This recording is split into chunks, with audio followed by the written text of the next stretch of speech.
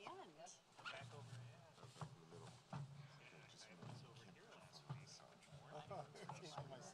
I just kept your seat for you.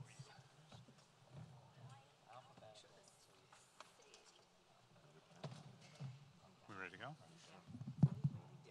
Okay. You guys? All right, we'll begin. I'd like to welcome you to this public hearing of the New York City Rent Guidelines Board, and thank you all for attending. This is the second of 4 public hearings to consider comments concerning proposed rent adjustments for leases for apartments, lofts, hotels, and other housing units, subject to the Rent Stabilization Law of 1969 and the Emergency Tenant Protection Act of 1974. These adjustments will affect leases commencing between October 1st, 2024 and September 30th, 2025. I will now take roll call. Please respond if present. Doug Apple? Present. Hennessy Sakino? Present. Christina DeRose? Present. Rob Ehrlich? Present. Arpit Gupta? Present. Alex Schwartz? Present. Christina Smith? Present. Adon Siltren? Nestor Davidson? I'm present. Let the record show that we have a quorum. The next 2 meetings of this board will be public hearings to comment on the proposed guidelines on the following dates and times. June 5th at Founders Auditorium at Medgar Evers College, 1650 Bedford Avenue in Brooklyn, and June 11th at Adler Hall at the New York Society for Ethical Culture, 2 West 64th Street in Manhattan.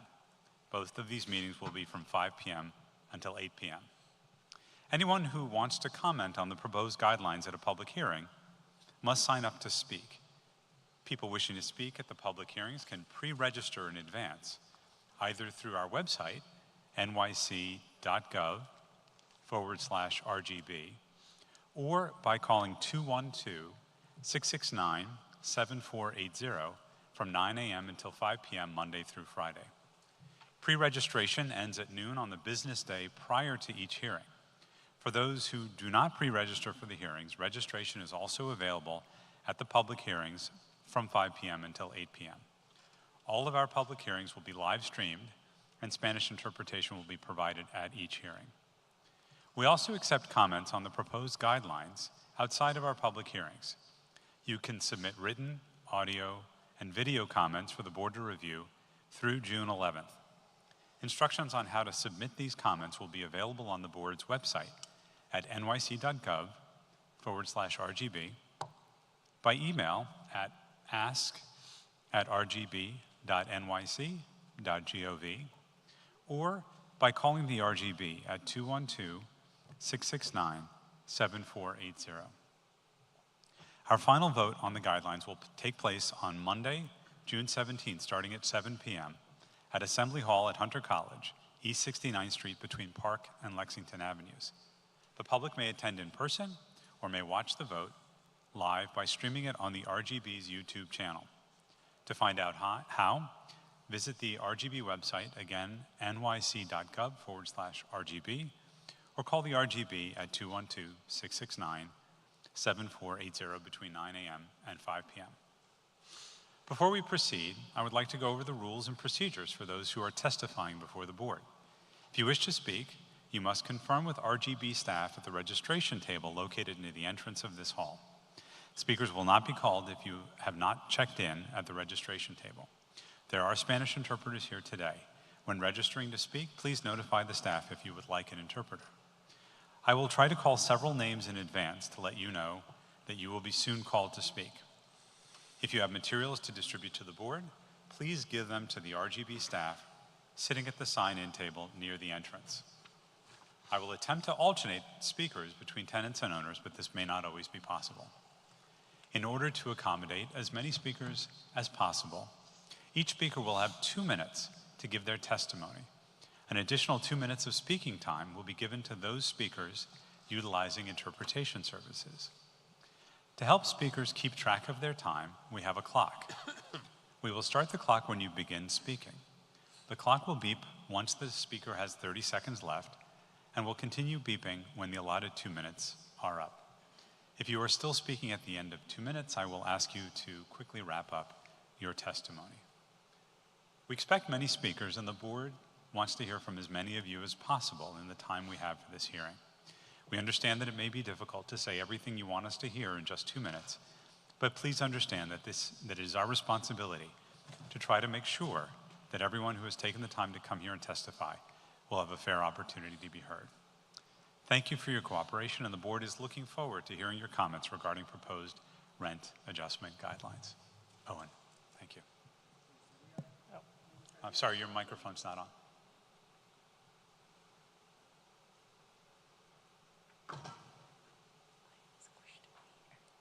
Me gustaría darle la bienvenida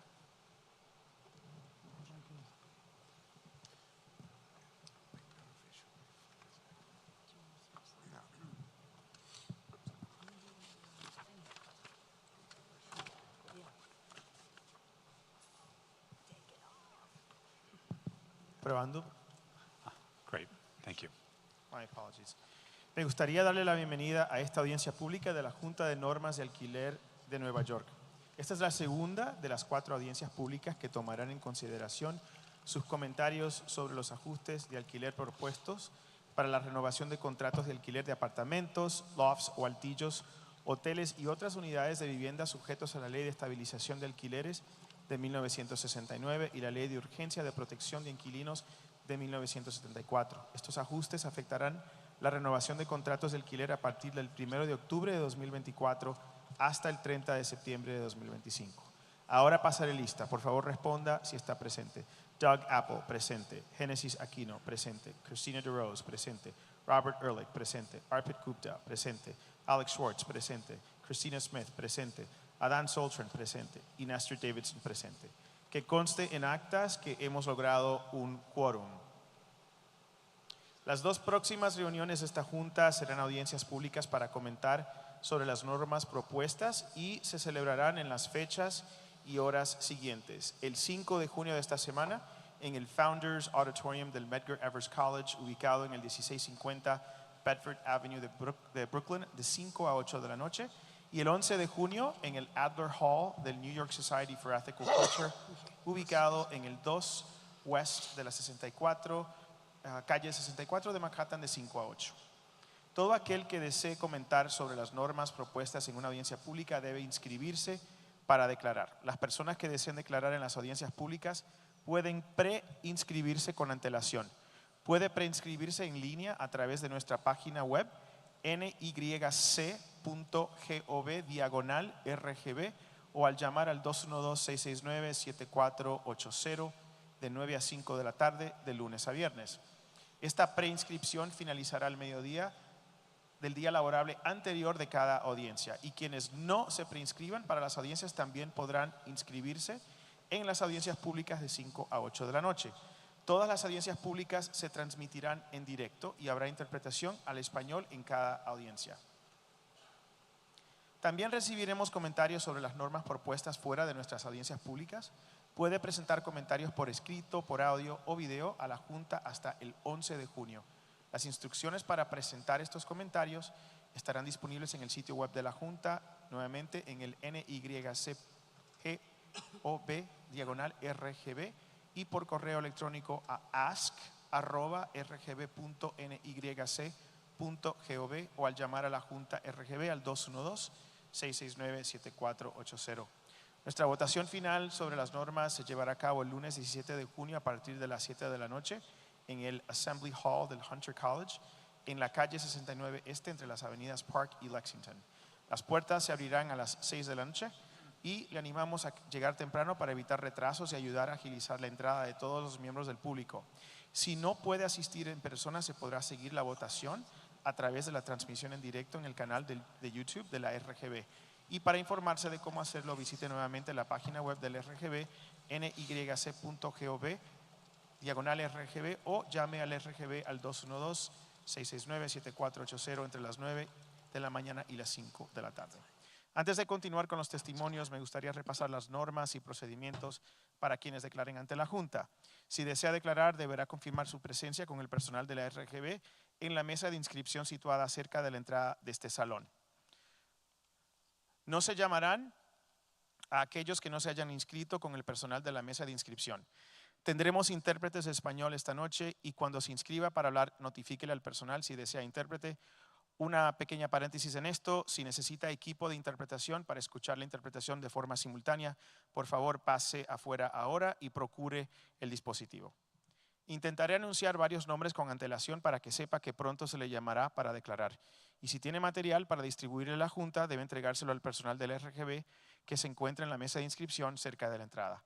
Intentaré alternar los hablantes entre inquilinos y propietarios, pero no siempre será posible. Para darle cabida al mayor número posible de hablantes, cada hablante dispondrá de 2 minutos para declarar. Se concederán 2 minutos adicionales a los hablantes que utilicen servicios de interpretación. Para ayudar a los hablantes a controlar su tiempo, dispondremos de un temporizador que verán acá en la tarima. Lo pondremos en marcha una vez que el hablante empiece a declarar. El temporizador sonará una vez que a los hablantes les queden 30 segundos y este seguirá sonando cuando se hayan agotado los 2 minutos asignados. Si los hablantes siguen hablando después de los 2 minutos, les pediremos que concluyan rápidamente su declaración. Esperamos que declaren muchos entre ustedes y la Junta desea escuchar al mayor número posible de hablantes en el tiempo limitado del que disponemos para esta audiencia. Entendemos que puede ser difícil decir todo lo que quieran que oigamos en apenas 2 minutos, pero por favor entiendan que es nuestra responsabilidad asegurarnos de que todos los que se hayan tomado el tiempo de venir acá y declarar tengan la oportunidad de que se les escuche. Gracias por su colaboración. La Junta desea verdaderamente escuchar sus comentarios sobre las normas propuestas para el ajuste de los alquileres. Gracias. Thank you. Our first 3 speakers will be Vajra Kilgore, Nelson Dones, and Thiago Branco.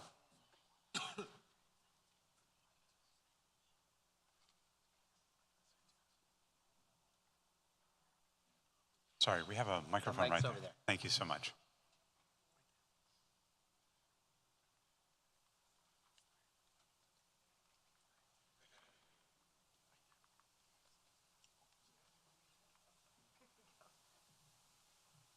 All right. The vast majority of rent-stabilized tenants cannot absorb any rent increase, as you well know and clearly do not care, any more than you pay any attention to your own reports showing that landlords do not need a rent increase. I might be one of the very few who can maybe swing it, but you know what I hate? I hate getting ripped off. New York City landlords have so much excess wealth from our rents that they can easily play the scheme or scam of legalized bribery known as campaign contributions. And now you are tasked with making sure they get the pro quo for the quid by ripping all of us off. The last public member brave enough to make a common sense recommendation to freeze regulated rents in buildings with more than a certain percentage of deregulated apartments got bounced right quick. So we know what you're tasked with. So, the outer boroughs are not making enough too much, so we have to rip off everyone. Repairs. Daniel Heb Shalom wasn't sent to jail because he can't afford to make repairs. He chose not to make them, like landlords all over the city, which is why repairs are an enforcement issue, not an excuse to reward negligence with more money. Inflation. Rents drive inflation. Freeze them. This board stealing from the poor to give to the rich year on year has created a homeless population the size of a city in itself. WNYC recently reported that the number of available apartments keeps shrinking and prices keep rising, 7 times faster than wages. That is insane. You are shredding the social fabric of this city. This board's legal task is to prevent rent gouging. It long ago earned the title Rent Gouging Board and is well on the way to another R for Rent Gouging Ripoff Board. The only difference between you and the guy who calls me to say, yes, ma'am, it's about your computer, is that I can hang up on him. And if I've said anything to hurt your feelings, please don't try to assuage them by punishing the people of New York with higher rents. Just do the right thing. You'll feel better if you just do the right thing and at the very least, freeze rent. Thank you.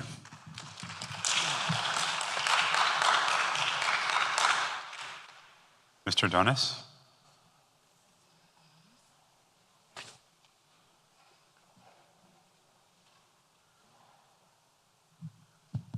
Good evening, ladies and gentlemen. This is my first time speaking in one of these venues. So I want to thank everybody, the board, and of course everyone in attendance who made it today. My parents came to this country in the 1940s from the Caribbean island of Puerto Rico. They taught themselves how to speak English and read English and put us through Catholic school. Within my life, I decided to buy small properties and invest. So I'm a small building owner. I don't have thousands of units. I treat my tenants well. But I do know that when you hear landlords, or if you own, whether it's a single home or multiple home, 2-family, 3-family, you're a business owner, whether you believe it or not, and you have to run it like a business. Otherwise, it'll fail, and you go in foreclosure, and then you go back to living in an apartment. We lived in the Lower East Side in a railroad apartment. The bathroom was shared with everybody else in a hallway, by the way. Anyone does that? Oh, okay. So, coming from nothing and just trying to make ends meet and building my life with my family, I still work. I want to give everybody a true example of math, something basic. In 1975, when I got married and I worked in a jewelry company in Manhattan called Yellowhammer Corp, I lived in the Bronx at 2057 Ryer Avenue, right off the Grand Concourse. 1 bedroom, 4-story walk-up. My rent was $125 a month. My salary in a factory, $135 a week. 1 week covered my rent. So you have to also look and say, are we not paying our labor enough in America to justify them having existence? That should be looked at. As a small building owner and very proud American Puerto Rican, I don't feel like I own something anymore. I feel that I have a restaurant and everyone here can get a restaurant, and now the city is going to tell you what the price of the food is going to be for your customers coming in. Thank you. Thank you. Thank you. Tiago Branco. And our next 3 speakers after that will be Joyce Holland, Ruben Hernandez Ramirez, and Belam Sanchez. Thank you. Good afternoon. My building at 1314 Grand Concourse has 39 units, 21 of which are rent stabilized. The landlord, for whom the Division of Housing and Community Renewal, as well as this board, are nothing but money-making tools, habitually dances around rent stabilization laws. Her favorite tactics are: 1, filing fraudulent apartment registrations to increase their unit's market value, and thus both raise the legal and preferential rents. My 3-room apartment, for example, has been listed as 5 rooms for 10 years, but the landlord hasn't dared to raise the legal rent because I'm onto her scam. Her second tactic: denying lease renewals and written breakdowns of rent arrears to the elderly and the disabled so they can recertify for SCREA and DREA, as well as agencies providing rental assistance that can actually help them stay in their homes. Their vacant units will then be listed as emergency housing because there's more money in it. Low and fixed income citizens are having their rents raised once again, yet the millions being brought here, not for humanitarian reasons, but for the sole purpose of voting Democrat, get free housing, medical care, 3 squares plus snacks, cash, cell phones, internet, and unfettered access to social services that I pay for. They get to live in ritzy hotels while I contemplate the possibility of sleeping on a park bench on Park Avenue every time this board approves an increase.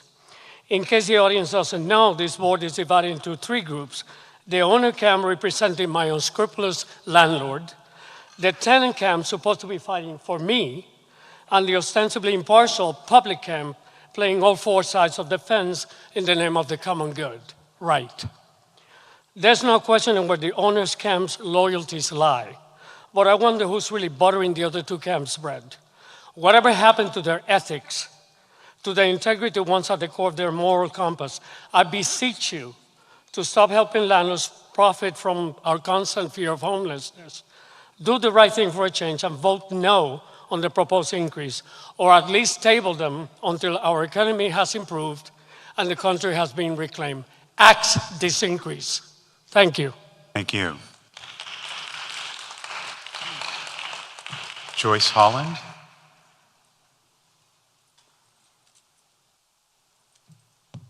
Good evening. I'm here to speak on owner's behalf. I can't say any more eloquently than the previous owner who spoke, Ms. Alejandra. I'm not certain about the name. Basically, there are three things I want to mention. There needs to be means testing. That is, there are a number of legislators as well as celebrities living in rent-stabilized apartments on everyone's dime, okay? So, small owners in particular are feeling it more.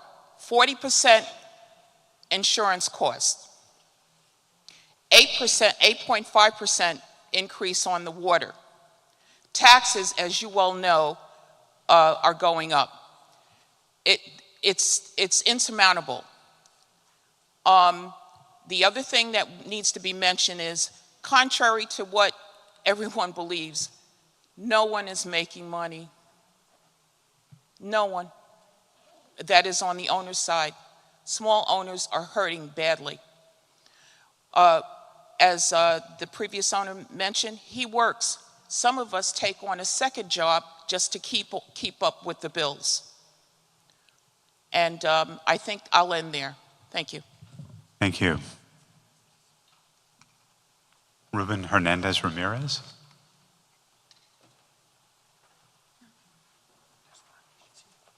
And we'll need an interpreter thing. Thank you, Ellen.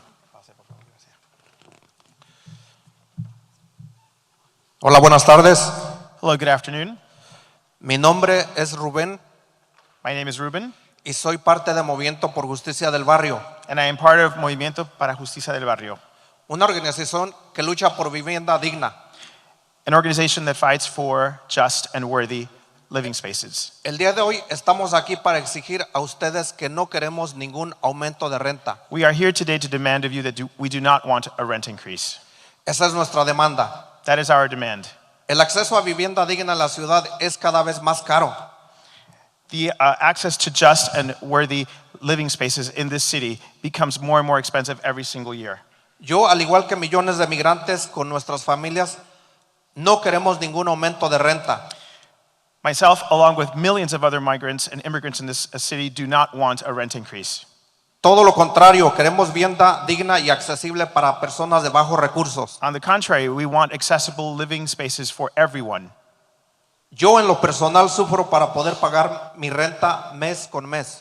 I myself suffer greatly every single month to make my rent payments. La pandemia nos afectó mucho en salud, trabajo y poder económico. The pandemic affected us in terms of our job, our economic power. Reiteramos nuestra demanda, ningún aumento de renta. We reiterate this once again, please, no rent increase. El barrio unido jamás será vencido. The people who stand together shall never be vanquished. El barrio unido jamás será vencido. Unido jamás será vencido. People who stand together, people who stand united will never be defeated. Alto al aumento de renta. Please put an end to rent increase. Alto al aumento de renta. Please put an end to rent increases. Alto al aumento de renta. Please Gracias, put an end gracias. to rent increases. Thank you, thank you. Muchas gracias. Thank you. Belen Sanchez.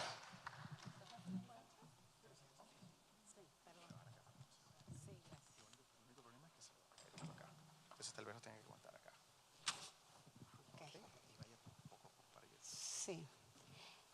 Buenas tardes. Mi nombre es Belén Sánchez. Soy miembro del Movimiento Justicia del Barrio. Good afternoon. My name is Teresa Sanchez, and I'm again Unidos por el Barrio. Estoy aquí para exigir no voten por el aumento de renta. I am here again to demand that we not have a rent increase. Hay que considerar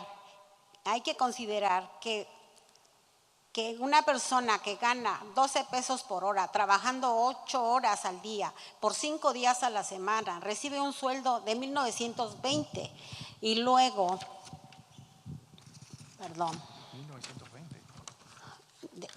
un sueldo de 12 horas, 8 horas al día, trabajando 5 días a la semana. ¿Gana un sueldo? Gana un sueldo de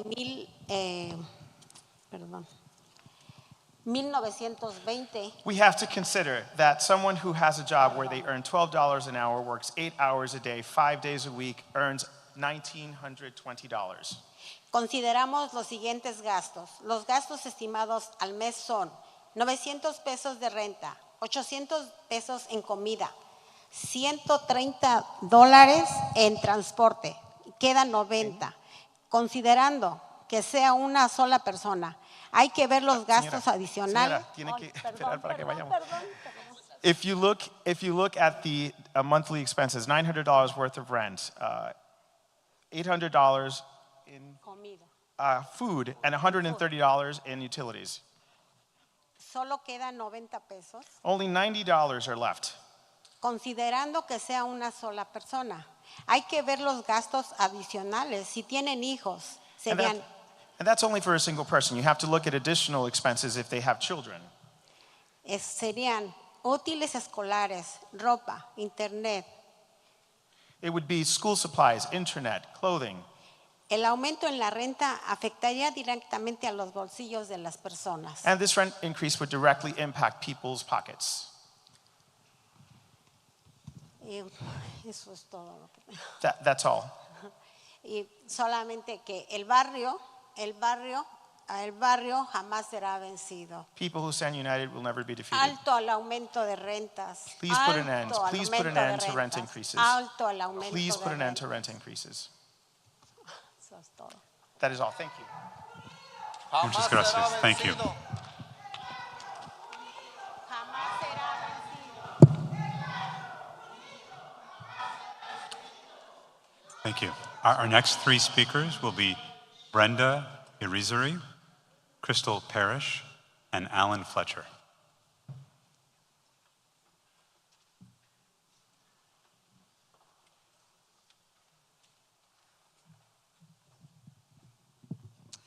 Good evening. My name is Brenda Irizarry, and I am a member of Tenants and Neighbors, Met Council, and Northwest Bronx Community and Clergy Coalition. I have lived at 3215 Bainbridge Avenue in the Bronx for 42 years. My landlord is Brandon Yasger. I am asking for a rent freeze because over 50% of New Yorkers are paying more than 30% of their income towards rent.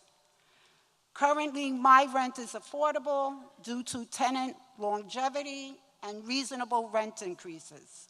For example, from 2022 to 2024, my rent increased by $34 a month. However, my lease renewal for 2024-2026 will increase my rent by $38 the first year and $45 the second year. The two increases total to $83.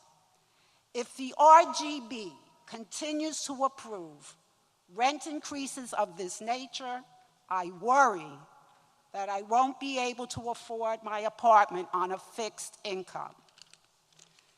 In addition to paying a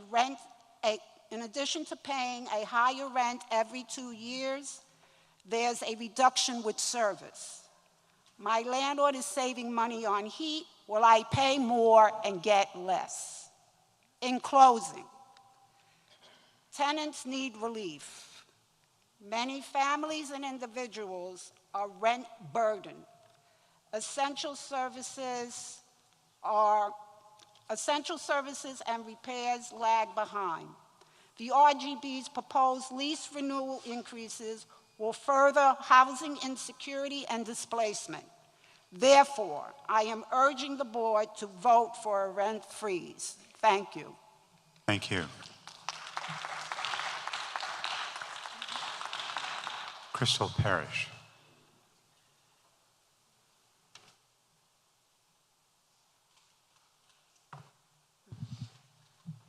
Good afternoon.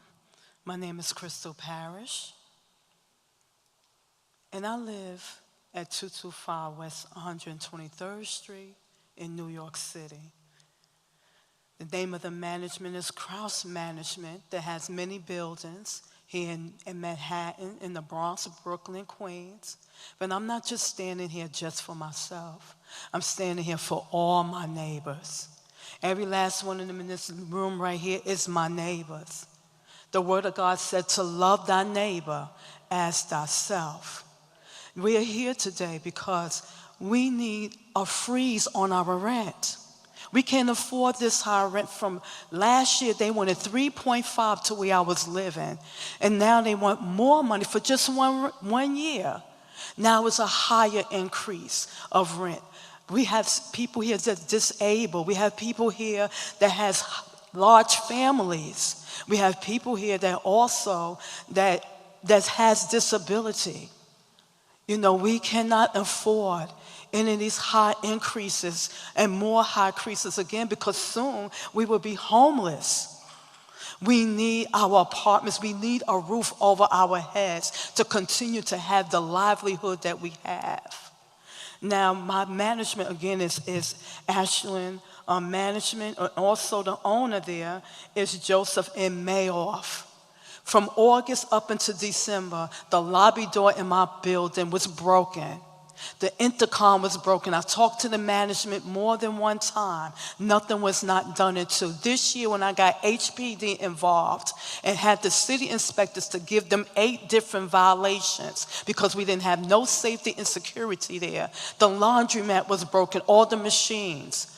We are asking for help today. We need them to come in and fix our apartments. Some of them have mold inside of their apartments. Please help us today, and please hear our hearts as we speak to you today. God cares about all humanity. Thank you. Thank you. Thank you.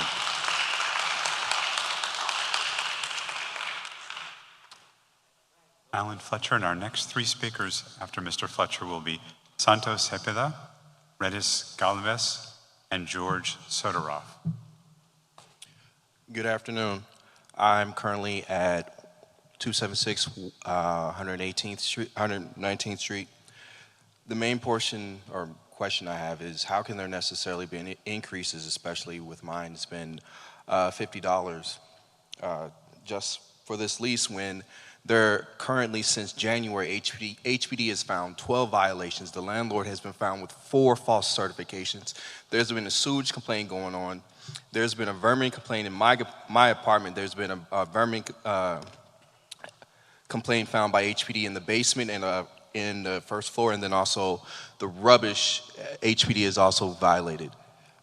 In total, it's over 15 violations found by HPD since January, but yet they are still able to increase the rent. Thank you.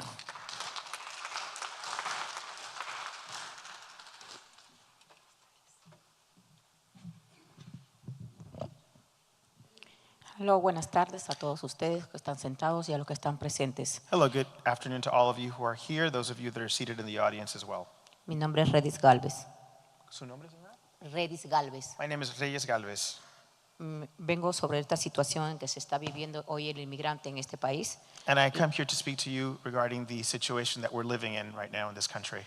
La situación en que estamos abusados por los landores. In a situation where we are being abused by landlords. La renta que se ha estado pagando es de 1937 con 57 centavos en el año. And the rent that I've been paying since 1937 with 57 cents a year. Ha venido un nuevo lease que es de 2070 con 38. And I have received a new lease for $2,070.38. 3.0%, 62,11. 3.0%? Sí. 3% increase with $62.11. La cantidad que se debe pagar es 2,132,49. And the amount that should be paid is $2,132.49. En el cual no vale la pena pagar un apartamento que está deteriorado. Which is not worth paying for such an apartment in such bad condition. Tiene mold. There's mold. Muchos ratones en el apartamento. There's lots of vermin in the apartment. A que se debe que el basement está lleno de ratas. And that's because the basement is filled with rats. Mucha contaminación dentro de los apartamentos. And there's lots of pollution inside of the apartments. Aparte de eso, mi esposo tiene que estar usando oxígeno. Aside from that, my husband has to use oxygen. y es en el edificio 2420 de Davidson. Por favor, si fueran tan amables de poder ver la situación de cada inmigrante y de cada persona que está presente aquí. And again, that's for a building located at 2420 Davidson. Please find it in your hearts to look at the situation of everyone in that building and everyone seated in this space today, aside from all of the other immigrants in the city. Y no ser abusado de tanta psicológicamente abusado en esa manera. Gracias. And please don't allow us to be psychologically abused the way that we have. Thank you so very much. Thank you. Is Santo Cepeda here? Santo? George Soderall? Yes. Thank you, George. Thank you. Ladies and gentlemen, it is logical to be cynical when it comes to economists. I am not an economist, but I have audited the economics course at Father Guido Sarducci's 5-Minute University, where I did learn that all-important economic axiom, supply and demand. Pork bellies and boxcars of wheat are commodities. People are not. People are human capital. Cities are for people, not just for wealthy landlords. People are the foundation of everything else in an economy. We have moral, ethical, and practical reasons to provide our people with safe, affordable housing. Children are little people who need a cohesive family structure, stability, to maximize their potential. Without regulation, we'd have the Wild West. Evictions are not progressive. Faced with these realities, do we really want to watch rent stabilization devolve into the slums of the 1920s, especially now that Amazon has just accepted a $138 million welfare check from the state of New York? Right now in New York City, there is held off the market a greater supply of vacant dwelling units than there are homeless people. Why is this? It's simply because dwelling units, like people, are not commodities. If dwelling units were commodities, then landlords would be in serious competition for tenants by offering more and better services at reduced rents. One doesn't have to be a Rhodes Scholar to see that whether the rent is raised, frozen, or rolled back, landlords, because they are currently enjoying a 38% return on their investment, will experience no change whatsoever in their lifestyles. On the other hand, tenants who are already rent burdened, could well experience the violence of eviction. What is to be done is obvious. At a time when inequitable tax laws exacerbate an already huge wealth gap, real public service demands putting people ahead of profits. Therefore, vote for a rent rollback. Thank you. Our next three speakers will be Ramon Catala, Precious Dupree, and Saif Ghazi.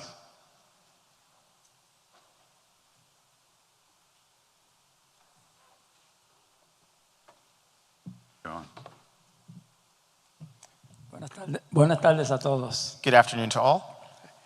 La razón que me encuentro hoy aquí, I'm here today, es acompañando a estos inquilinos que son por mucho tiempo viviendo en estos buildings de renta estabilizada.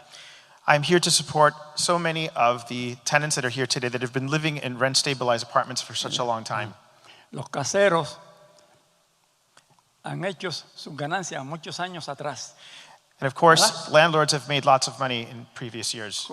Con los inquilinos que estamos todos aquí, que más tiempo hemos vivido aquí en sus buildings. And they've made that money off of us, all of the tenants that are located here that have been living in these buildings for so long. Ahora las cosas han cambiado y todo el mundo lo sabe. And now, of course, things have changed, and everyone is aware of that. Pero ellos no quieren admitirlo. Lo que valía $5 ahora vale 20 y lo que valía 20 ahora vale 60. And of course, they don't want to admit that something that cost $50 now costs 20, and something that's now 20 costs $60. Con esa gente que van a comprar los groceries, ¿cuánto se gastan para mantener una familia de 3 o 4? How is it that people now can afford groceries for a family of 4?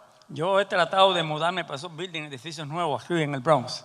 I've tried to move to these new buildings in the Bronx. Cada vez que voy, la renta es muy alta y no cualifico. And of course, every time I go, the rent is either too high or I don't qualify.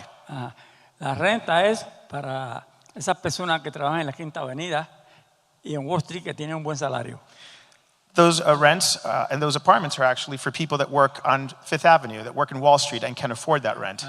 Y ahora ese aumento que nos tienen los caseros, And now the increase, no se acuerdan cuando estaban cosas buenas, el dinero que se hicieron ellos millonarios a cuenta de estos inquilinos que hoy en día están dando testimonios aquí. and of course, the increase that now these landlords seek, they don't remember back when they made a lot of money off of us, out of all of these tenants that are here now requesting help.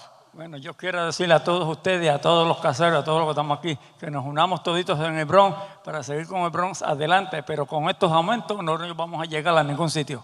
I'm here today to ask you and everyone else here for all of us to please unite to help the Bronx, because we have to do what's possible to help and unite people. Hasta luego.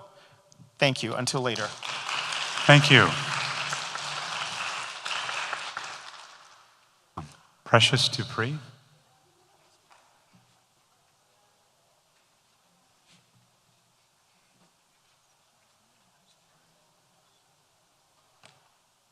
Saif Ghazi.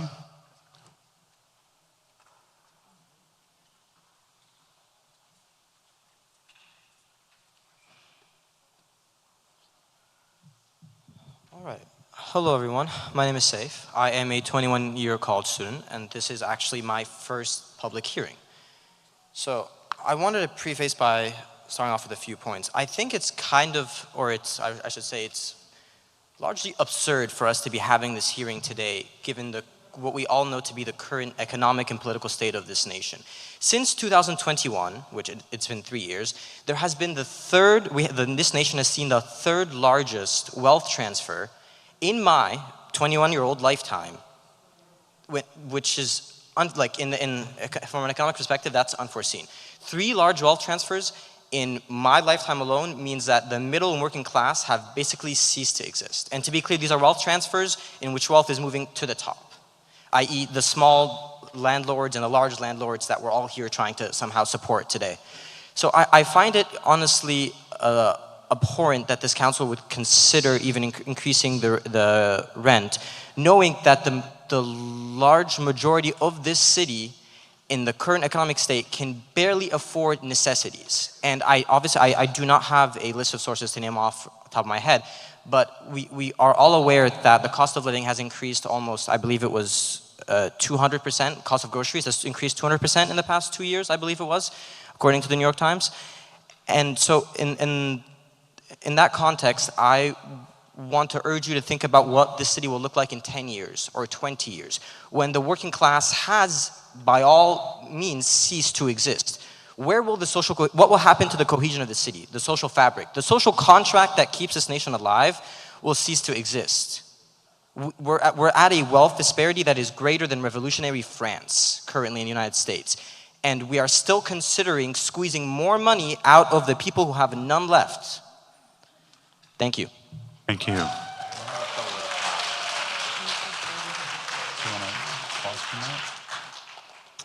We're just going to take one moment. We're having a little technical difficulty. Our next 3 speakers, while we're working this out, just to announce them: Patricia Jewett, Gordon Lee, and Elizabeth Thompson. Give us a moment. Thank you.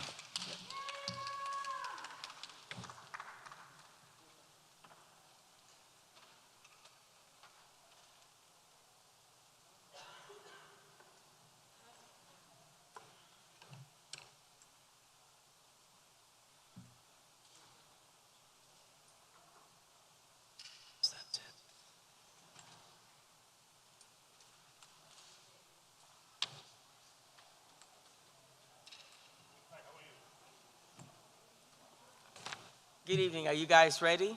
One second. Andrew, ready? You got it. Okay, please go ahead. Thank you. Good evening. My name is Patricia Jewett, and I have been living in the Bronx for the better part of my life. I actually moved into the Bronx in 1977, and I thought that I really did the right thing because I wound up in a building with a tenant organization, and it was rent stabilized, and I really thought that after working 30 plus years for transit and living in rent stabilized, I would not have too many worries. Boy, was I wrong. Every time a landlord gets any kind of renovation, any kind of improvement, it is off of the backs of the tenants. They get multi-million-dollar loans. We have no input, but boy, do we pay. We pay through the nose. The last rent increase, major rent increase, in the last few years, right before the pandemic, was $300 a month. $300 a month. And then you want to add your 2% or your 1% without realizing the domino effect that it has on a pensioner, on a senior citizen who has paid their 33% in taxes for the longest. And now that landlord got a okay from HPD to do a $300 jump. And then I have to face your jumps. But you know what? I'm not getting a $300 increase in my pension. Not for the year, damn sure not for the month. So when you think about what you're doing, please try and remember the little guys that this city is built on. It's built off of our backs. Why do I have to decide if I'm going to pay the rent or eat? It's disgusting, because $300 a month can do a lot. But instead, I have to make sure that extra $300 a month is going to the landlord. And trust and believe, he's making his profit. He's making his profit off of me and mine. And everyone in this room is in the same boat. And you know what? It's a leaky boat. So we're asking you to think about a rent rollback. Rent roll back, rent roll back, rent roll back. Because, Thank you. Because we need it. We need it. We need to be able to eat. We need to be able to put on a shirt. When I was coming up, all I had to do was worry about, my mom only had to worry about rent, Con Ed, and maybe the landline. Today, everyone in this room, in order for their kids to succeed, it's not just rent, it's not just Con Ed, it's also the internet. And Lord, you cannot send your child outside without a cell phone, because the streets are not safe. So when you think about the burdens that we're carrying, rent should not be breaking our back. Rent should not be breaking our backs. Please think about that. Thank you, and God bless. Thank you.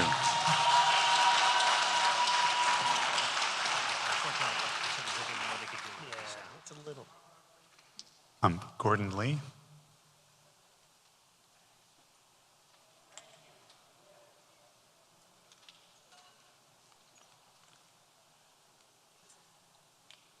Hi, is Gordon Lee here?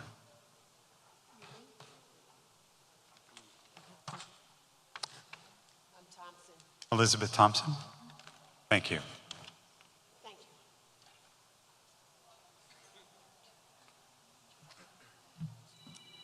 Good evening. My name is Elizabeth Thompson. I've been living at 27. Sorry, can you speak into the mic, please? Thank you. Okay. Thank you. My name is Elizabeth Thompson. I've been living at 2757 Claflin Avenue since my son was 6 years old. My son is dead because of the have changed. The thing is, my landlord, when I moved in, everything is supposed to be up to date. I find out that I had lead in my apartment in 2011. So from 1983 up until 2011, my kids and my grandkids were living in that apartment with lead. So who's responsible? My landlord. When I came in the apartment, they had a rent strike. DHCR told me, follow their advice. I didn't, and I did not save the money. So I had to go out and find $10,000. If I didn't find $10,000, I would have been homeless. Thank God for the system. I found that money, and me and my grandkids. He have seizures right now. So he's still in the predicament, but my daughter went to college. She still have to pay that college money. All our children are paying and not getting any satisfaction. What are we doing to them? I work for Health and Hospital. I'm still being attacked by people who says, oh, you're entitled to this, entitled to that. I'm 76 years old, and everybody's want to get a piece of the action. It's no action to get piece of right now. I need support. I need support from y'all to make sure that I don't get evicted. And it's the same landlord. They just change hand. And that's the thing right there. Please help us. Please give us a rent rollback, and for a senior citizen to have somewhere to live. Thank you.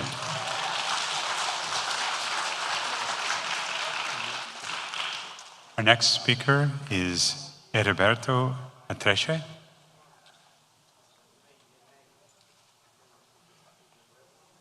Mr. Atreche.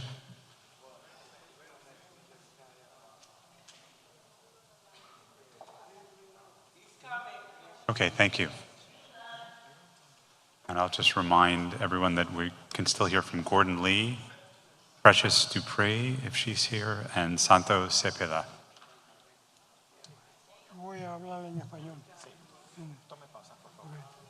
Thank you. Tiene que acérquese el micrófono, caballero. Acérquese al micrófono. Ok, mi nombre es Heriberto. My name is Heriberto. Estamos peleando sobre el aumento de la renta. So we're fighting because of the rent La renta increases. sube y sube, y la comida sube. The rents go up, groceries La go up, luz sube. Con Ed goes up, Los biles médicos suben. medical bills go up, Los trabajos no pagan suficiente. Hay jobs que are not trabajar paying 3 o enough. 4 trabajos. You have to work 3 or 4 jobs. Y nosotros los ancianos, lo que cogemos, la cantidad que cogemos, no sube. And Cada elderly, día va subiendo todo y nosotros vamos bajando. and the elderly, of course, Nos vemos en caballero, tiene que tomar dificultad una para poder pausa. pagar los biles y pagar la renta. Caballero, tiene que tomar una pausa, caballero. And the elderly, of course, we are getting older, we are not getting any younger, and everything that we get on a monthly basis stays the same. The bills go up, but we don't have enough to pay for everything.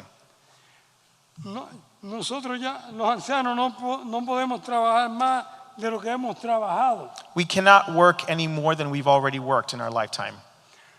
Ustedes están tratando de que los ancianos que perezcan, paren en la calle.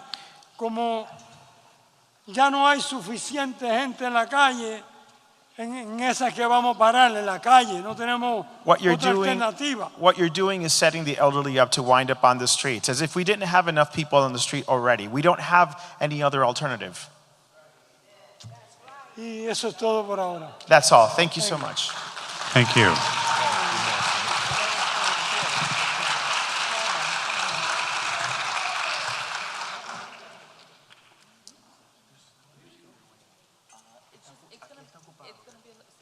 Just a quick announcement and reminder.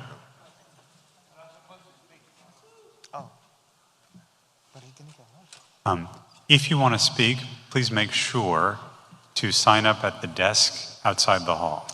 Les recordamos, damas y caballeros, que si desean declarar, tienen que apuntarse allá adelante en la mesa de inscripción en la entrada. Thank you. Our next 3 speakers will be Bronx Borough President Vanessa Gibson, Sandra Mitchell, and Valentin Lopez.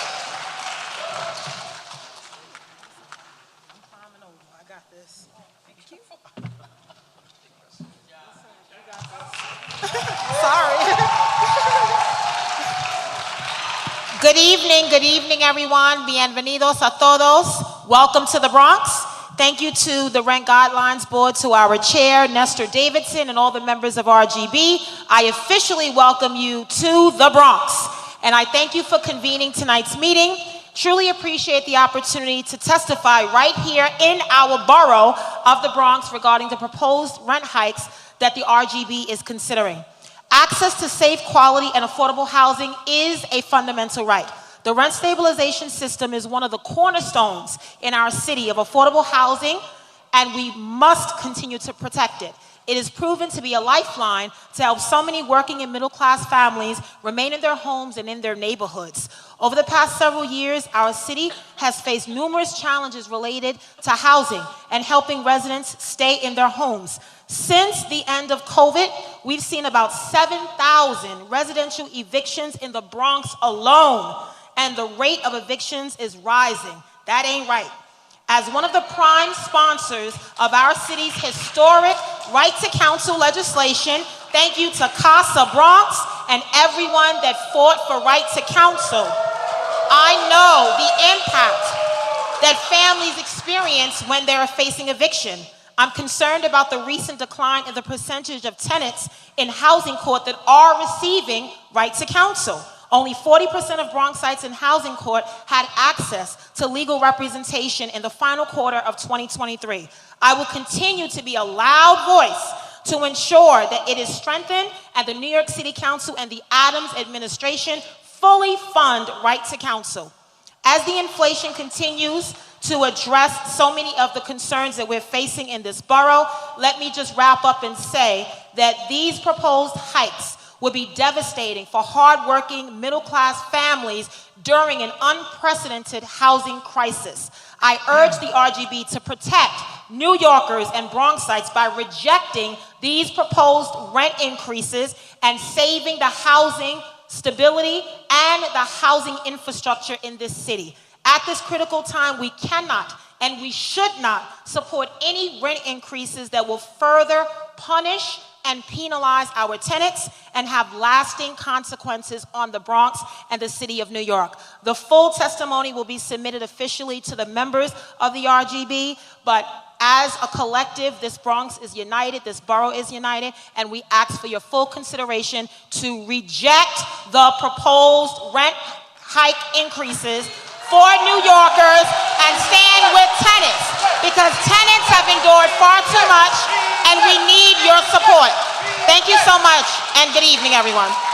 Thank you. Thank you.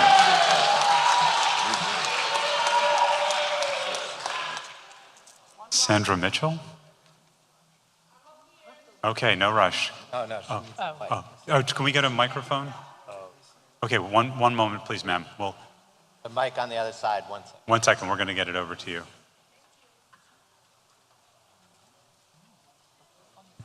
Okay, 1 second. Thank you.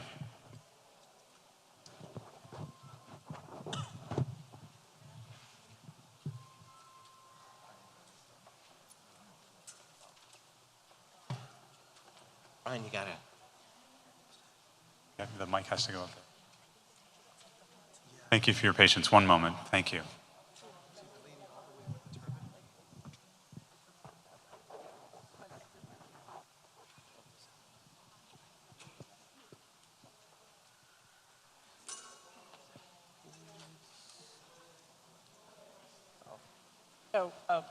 Up in the corner. Thank you.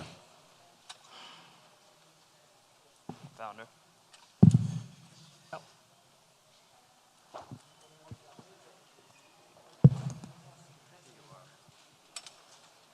Good afternoon, everyone. My name is Chaplain Sandra Mitchell, and a chaplain are first responders when there are crises. Food, clothing, fire, we are first responders. Even though I'm a conqueror of 6 strokes, I'm still a first responder. And I'm a first responder with CASA in Northwest Bronx in reference to this housing crisis. As we heard our Bronx Borough President so eloquently tell about what would be the consequences of any rent increase, I want to talk about my building where we had no water, where we had sludge coming up from the basement into the lobby, where we have rats as big as cats, and they don't move when you try to challenge them. where we have mice running around in the walls, where we had no elevator, and I live on the 5th floor, and I had my 6th stroke in that building, fighting as a tenant organizer for proper services. We had no heat, we had no hot water, we had no water. We have sludge coming up in the toilet and in the sink. We had to go out and buy water to make formula and to wash ourselves. No one should be living under these conditions. I am a Bronx resident for 55 years, and for 55 consecutive years, we had to keep moving and moving and moving because of no heat, no hot water, rodents, unsafe living conditions. We have 1 death in my building, and the stress of it all is inhumane. It's a fundamental right to have housing. As a mental health counselor, as a certified mental health counselor and behavioral health specialist, I look at the behavior and the decisions of those who were put into office to help us, supposedly to help us. But I want to know, where is your moral conscience? I'm praying. I am praying. Because today it's me having that stroke and getting my temperature so low, 90.0, hypothermia, sitting in my apartment. Yesterday was me, today could be you. If that doesn't do anything for you. Thank you. Thank you, ma'am.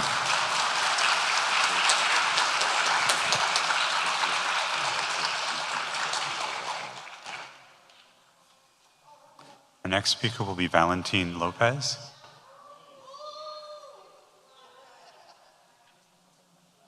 Oh, and we're going to need interpretation.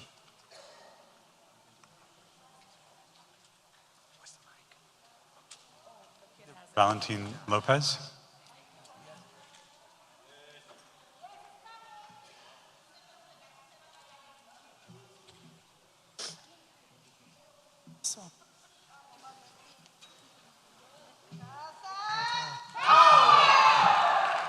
Buenas noches todos.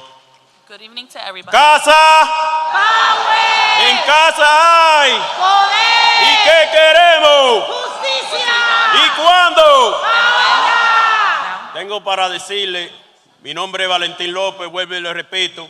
I'm here to tell you, I'm Valentin Lopez. Estoy incapacitado. I'm disabled. Ya no puedo trabajar porque me hicieron una cirugía en una rodilla. I can no longer work because I was operated on a knee. Lo poquito que me dan a mí no me da para pagar la renta. The little that I'm given is not enough for me to pay Yo rent. recibo de Seguro Social lo que recibo, 1,022 pesos y me van a reducir 100 y pico de Medicaid. What I earn from Social Security is $1,022, and they're reducing it by $100 for Medicaid. La renta que pago son 1,435, ahora me vino que voy a pagar 1,478. No es posible.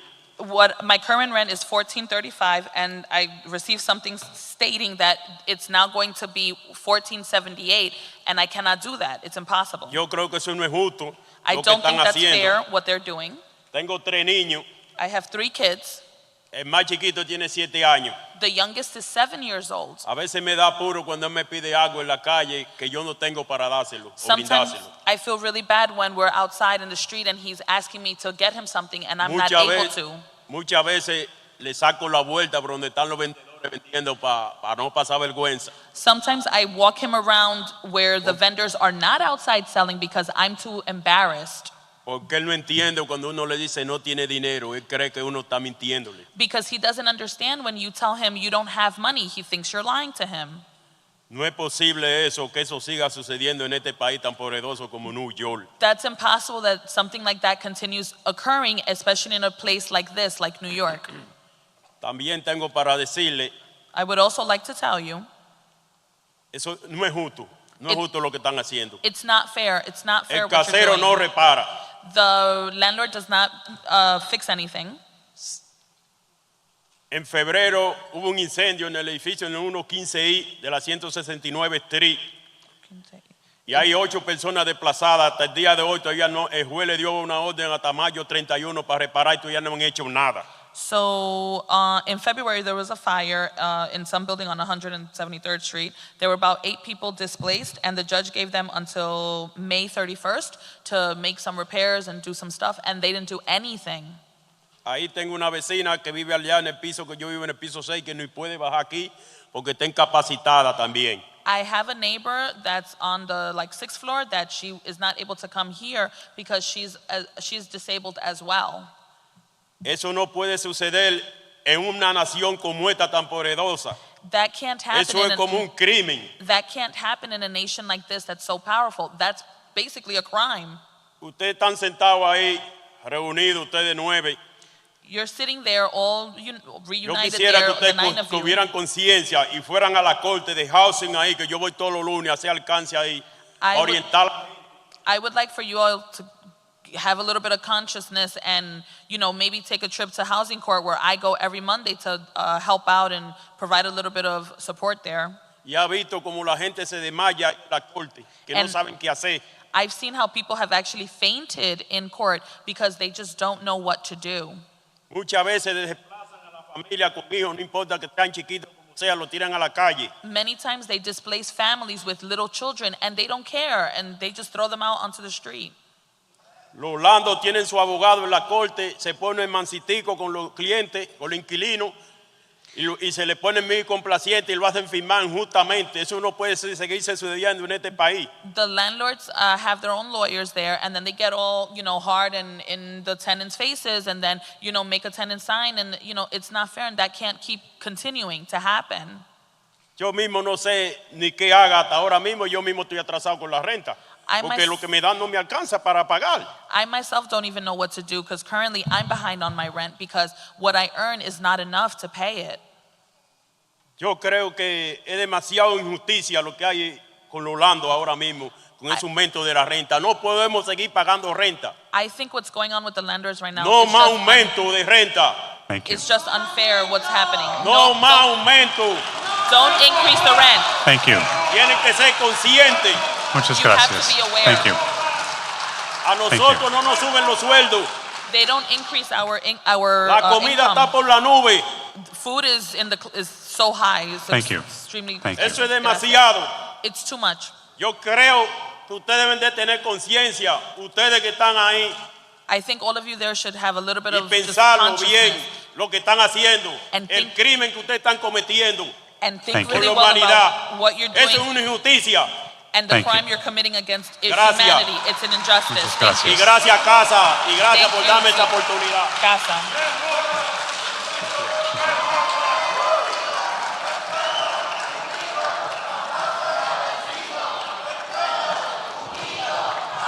Thank you.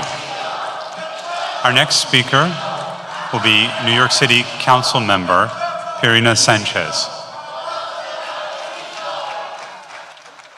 Council member, thank you.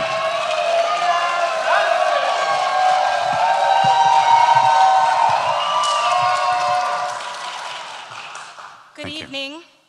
I'm Councilmember Pirina Sanchez, Chair of the Committee on Housing and Buildings in the New York City Council and representative of District 14, which is the Northwest Bronx Community Clergy Coalition, CASA, and so many New Yorkers who are struggling. I'm going to try to keep it within the time limit today. I respect your time. And I just joined to urge the members of the Rent Guidelines Board to reject proposed increases for New York rent-stabilized tenants. According to the board's own 2024 income and affordability study, non-payment filings are up 23.5%. There's been an increase of 34.5% in non-payment cases heard and 195.4% increase in evictions in this last year. The proposed rent increases would render even more New Yorkers susceptible to the destabilizing threat of eviction. And the stories that you're hearing today, thank you for listening, are the stories behind these numbers. Furthermore, with a vacancy rate of rent-stabilized units at 0.98%, a functional zero, if you don't live in one, you can't find one, and a 1.4% vacancy rate citywide, those evicted will have little recourse other than to go to shelter or to join the 200,000 Black New Yorkers who have left the city in the last 2 decades. and the low-income and working-class New Yorkers leaving in record numbers due to the cost of living. As the demand for housing continues to surge and supply remains severely constrained, we know what we have to do. We have to increase housing supply, increase New Yorkers' ability to afford their homes. That's why I have led on expanding voucher access. We have to invest in building upgrades and help owners to be able to afford maintenance. All of these things we are doing. Protecting rent-stabilized tenants, your job, in the face of insurmountable evidence of hardship is critical. This is not all to say that landlords have passed unscathed, but that is why we're taking action. I, Pierina Sanchez, I am sponsoring legislation to reauthorize the J51 tax incentive, which would allow owners to recoup up to 70% of expenses in building repairs. That's for rent-stabilized owners. Housers, with leaders including John Crotty, with city and state support and mine included, we're bringing creative solutions to address the rising cost of insurance in the city of New York, and in particular, the Bronx. And notably, New York City launched the Unlocking Doors pilot, which would provide landlords $25,000 toward repairs when renting to FEPS voucher holders 2 years ago. 2 owners have applied. Is there a crisis or is there not? Is there financial distress or is there not? Because the government is putting resources out there, but we're not seeing the response from owners. I'll close with this. Rent-stabilized apartments have been a critical source of affordable housing for New Yorkers for decades, and it is imperative that we do everything we can to preserve this valuable resource. For the thousands of constituents who have entered my office personally, crying to me for help with affordable housing, Ms. Maria, Claudio, Mr. Johnson, Mr. Jackson, I implore you all to keep true to that original intent of the Rent Guidelines Board and the Rent Stabilization Law, to not partake in the furthering of unjust, unreasonable, and oppressive rents that your body was created to disrupt. Thank you. Thank you.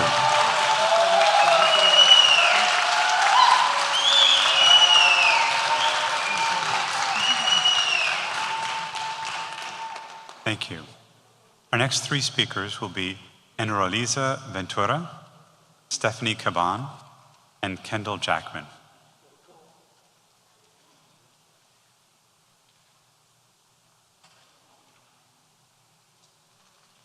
Enrolisa Ventura.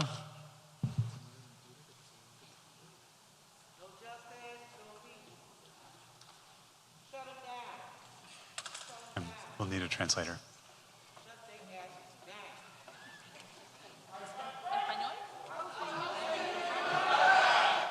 Thank you. Buenas noches. Mi nombre es Enrolisa Ventura. Good evening. My name is Annelisa Ventura. Parece que los landlords aquí no tienen control. It seems like the landlords here don't have any control.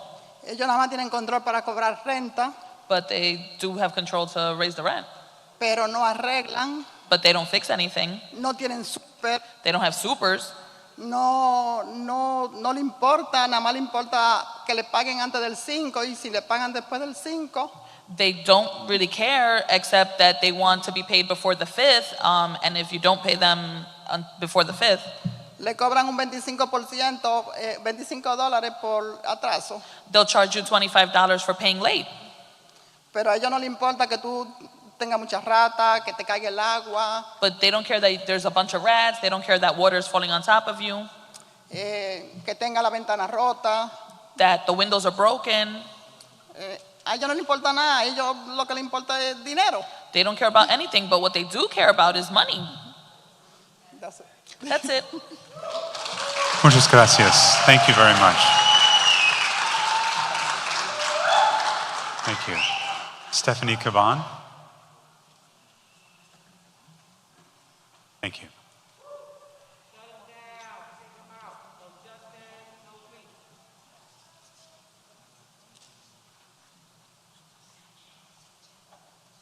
Hello. I didn't know I was speaking today, but thank you so much. I'm here as a representative from the Diaspora Palante Collective. We are fighting for a free Puerto Rico, a free Borinquen. Let's go.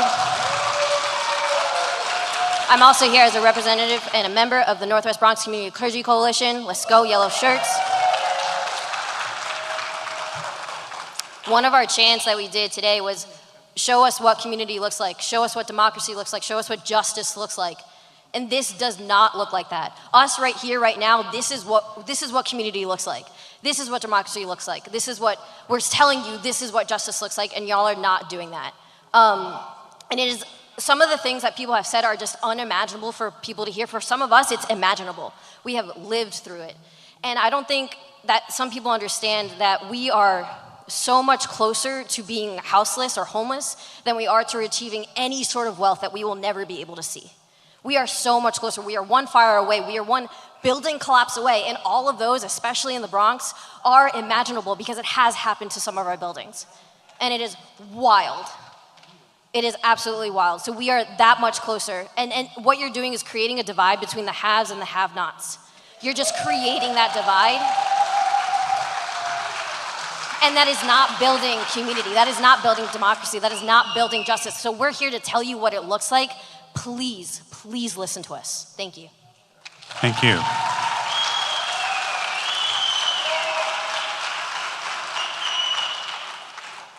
Kendall Jackman. Thank you. While Mr. Jackman is getting in place, our next three speakers will be Marcia Alkanon, Danielle Guggenheim, and Corinne Ambongo Golden.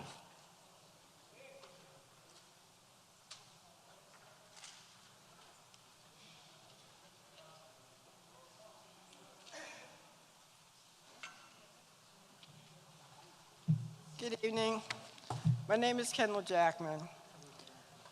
Currently, I'm not living in a house. In 2008, my uncle had a heart attack, and being the only living relative next in line, I had to take care of him.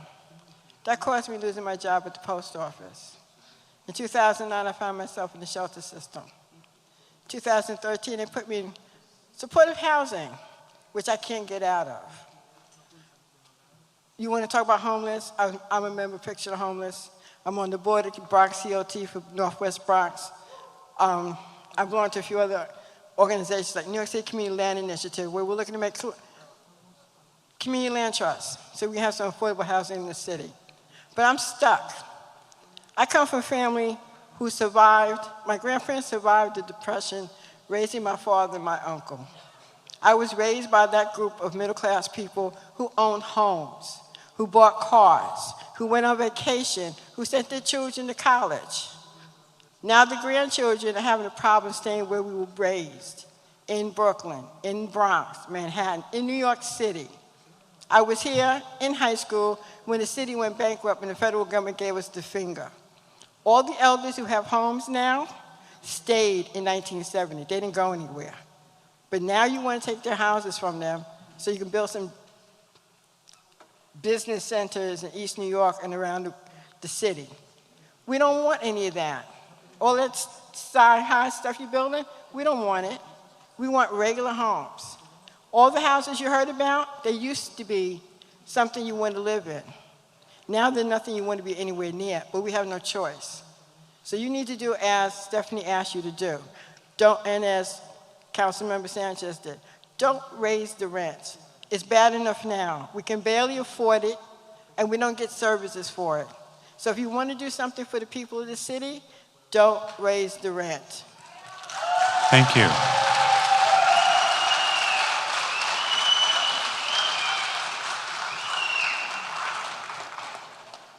Marcia Alkanon. Anna.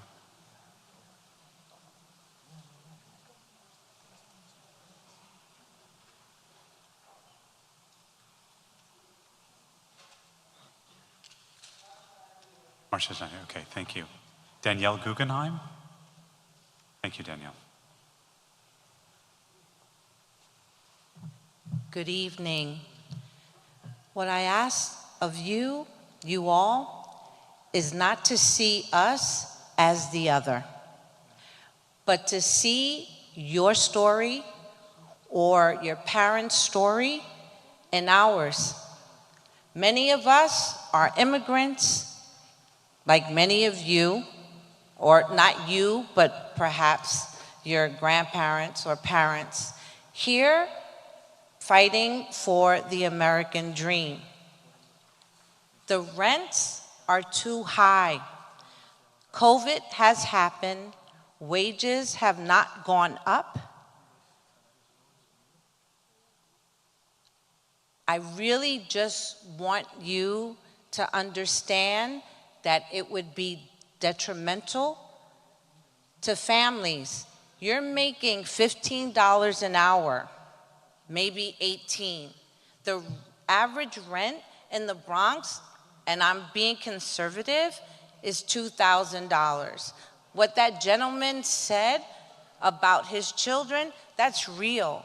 My intersectionality of being a Bronx-born resident and a teacher, I see that. I go shopping for my house. I also go shopping for my students for snack because they're hungry. Please see yourself in us and do what is fair. And let us remember that one of the things that makes America great is the ethos of we leave no one behind. Thank you.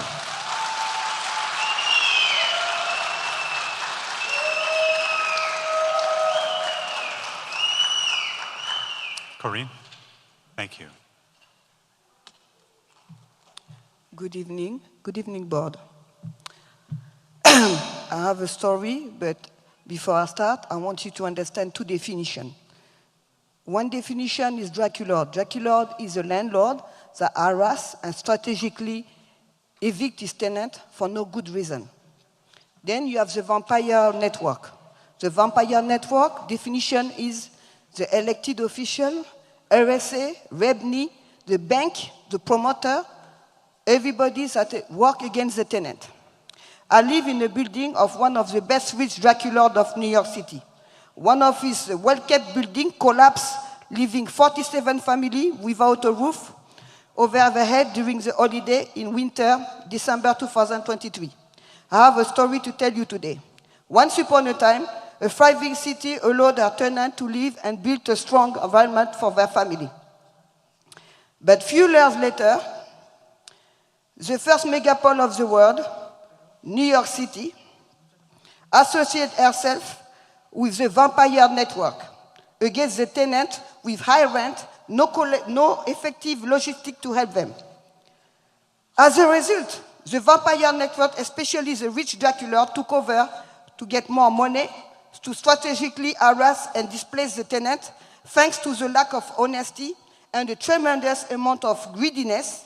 The rich vampire Dracula, we are sucking the hard-working class blood. Yet, he received bailout from banks, Arab from the state, paid to them. The vampire continued to get more money, knowing that the value of the real estate only increased every year. Rich Dracula made more benefit and get to justify even more the New Yorker. Rich Dracula never stopped to push for more than their share. Real estate increase is higher than the wages. Once again, it is done with the diligent help of the city legislator. It appears that the rich vampire has bought the representative of the city. Another sad day for the New Yorker tenant. Thank you. Thank you.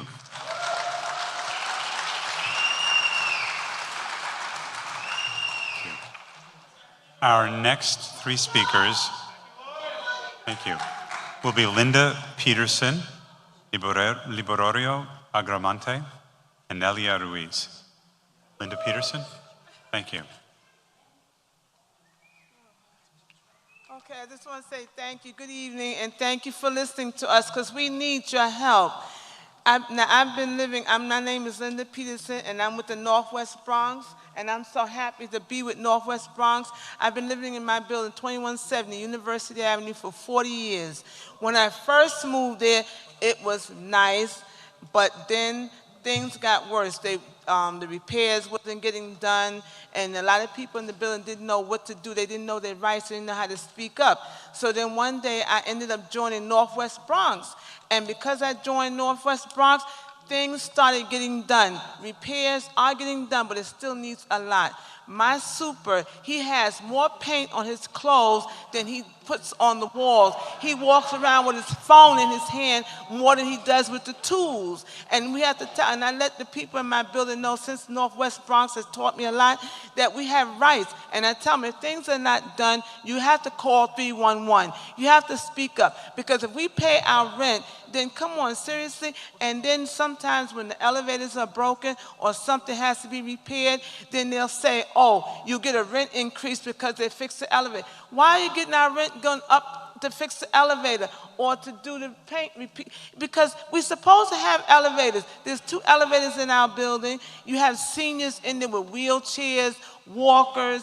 I mean, you have people with babies, and there's 7 floors in my building. 7 floors, and building is big, and that's why I have to stay on it. And I let my neighbors know that when I come to our meetings and for you all to hear us, that I'm not coming just for me. I'm coming for the whole building. There's 110 apartments in that building, and our landlord is Chestnut Holdings, and we got a big D on the front of our building. Now, what does that tell you?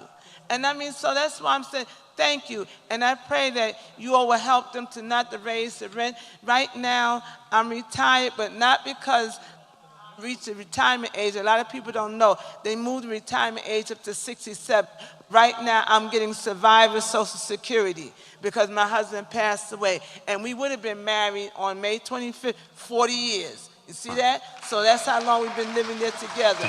So I thank you, and I pray that you can help us, because when I see all the homeless people on the streets, I say a prayer, and I just say, I pray that one day I won't be out there, or that my children won't be out there, or my grandchildren. So I please ask you to please help us and hold these landlords accountable. If we're paying our rent and we're working with our building, then why should we have to be put out?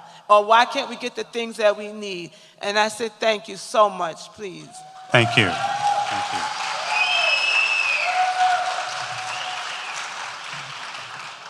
Señora Agramante. We'll need a translator. Buenas noches a todos. Mi nombre es Liborio Agramonte. Good evening to everyone. My Yo name is vivo Liborio. donde yo vivo es designio. Ahí hay varias personas que son inválidos, que no pueden caminar. Muchas personas son ciegos. Where I live, there are a Y lot of disabled hay people. personas que en esta semana le llegó la renta. Una señora que es ciega y estaba llorando porque le llegó un aumento bueno a la renta y dice ella, ¿con qué yo voy a pagar? Un momento. Okay, where I live in the building, there are a lot of disabled people, people that cannot walk. There's a few blind people, and the rent just keeps going up. And actually, very recently, there's a female neighbor that lives there, and she's blind, and she received a letter telling her that they were going to increase the rent, and she was crying. And, she's like, how can this happen? Sigue, señor. Entonces, esas personas que son ciegos, inválidos, que no pueden y que le llega una renta un poco alta, que no pueden pagarla, ¿cómo se desenvuelven si no tienen un ingreso más alto para pagar? So those people that are disabled, like they can't walk, they're blind, things like that, how are they able to defend themselves when they get a letter increasing their rent because their income isn't increasing? Yo no trabajo tampoco porque yo soy operado y no puedo estar mucho parado cuando a mí me pagan. So I can't work either. I was operated on, and I cannot stand for a long amount of time. A mí me pagan la renta, como no puedo trabajar, y también me dan unos cupones. Pero luego, cuando voy a los supermercados, los precios cada día están subiendo, que usted va hoy y mañana tienen otro precio diferente. Eso no debe de ser posible, porque... So I have my rent paid, but I also receive food stamps. But the thing is, you go to the supermarket and the prices just keep going up. You go today, it's one price. You go tomorrow, it's a higher price. That can't continue. Cualquier persona que tenga un cheque, sin importar la persona que sea un guardia, un policía, el que sea, y le estén subiendo una renta y todos los días tienen un precio distinto, ¿Puede pagar? Sí, el cheque no se lo están aumentando todos los días. So any person that receives a check, it doesn't matter who the person is, it could be any person that receives a check, and then they have to pay increase in rent and food that keeps going up and prices that keep going up. That's going to affect you. Like, is their income going up? No. Vámonos con el policía. No, vamos al policía. Que un policía gane un sueldo y que todos los días esa mercancía que tenemos que usar todos los días, diferentes mercancías en el supermercado, y a ese policía ni al que sea le suban ese sueldo, y eso está subiendo todos los días, ¿a dónde va a alcanzar el sueldo para comprar en el supermercado? Donde quiera que nos encontremos a la compra. So even like a police officer has a certain income, but his income isn't going up like all the time. But you go to the supermarket and the merchandise every day is going up. It's a different price every day, but the income isn't a different amount of money every day. Feliz noches a todos. Have a good evening, everybody. Muchas gracias. Thank you.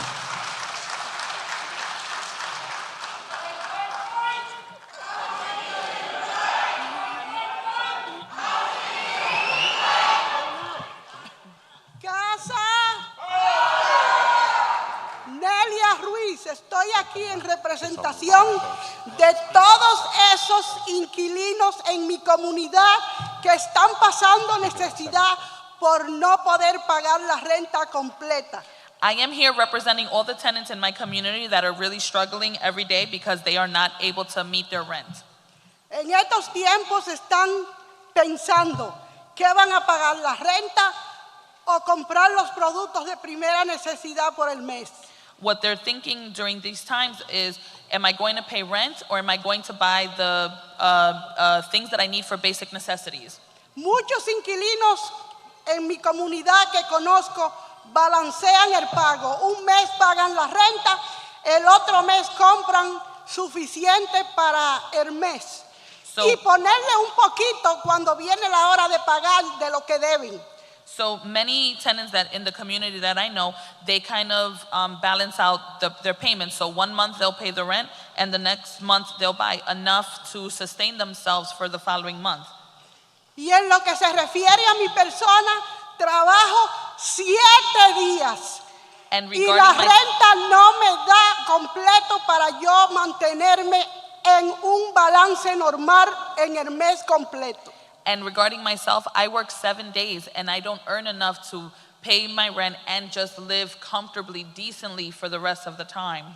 Tengo 2 part-time. Uno cobro quincenal y el otro semanal. Oh, I have 2 jobs. One I get paid bi-weekly and one I get paid weekly.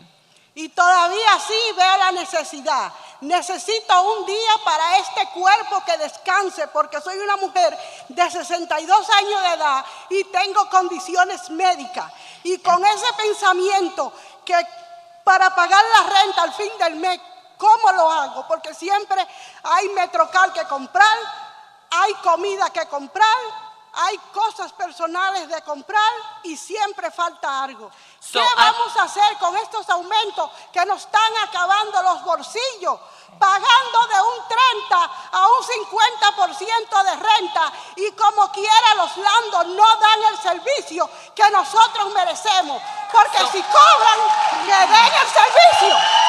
¡He dicho!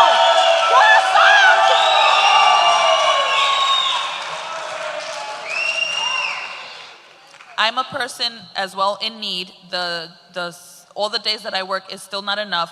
I am 62 years old and I also suffer from medical conditions and I just don't make enough to cover all of my expenses because after even paying rent at the end of the month, there's still food to buy, there's still personal, products that you need to buy. And so what are we doing? Like everything keeps going up and this rent is either 30 to 50% of your income that's what you're paying, but yet there's no increase in services. What are we doing?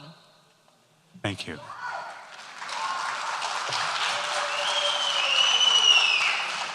Our next 3 speakers will be Joanne Grell, Rosa Alberto, and Randy Dillard.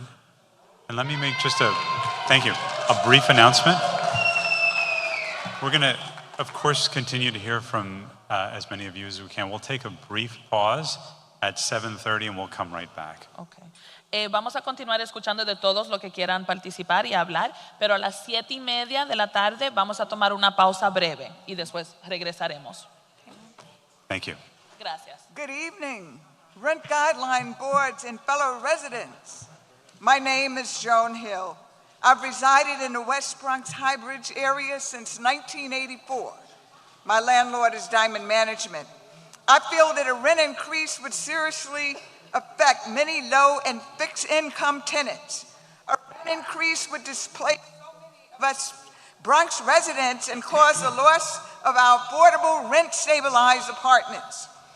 This loss would just add to the already large population of homeless, unhoused individuals in our Bronx communities.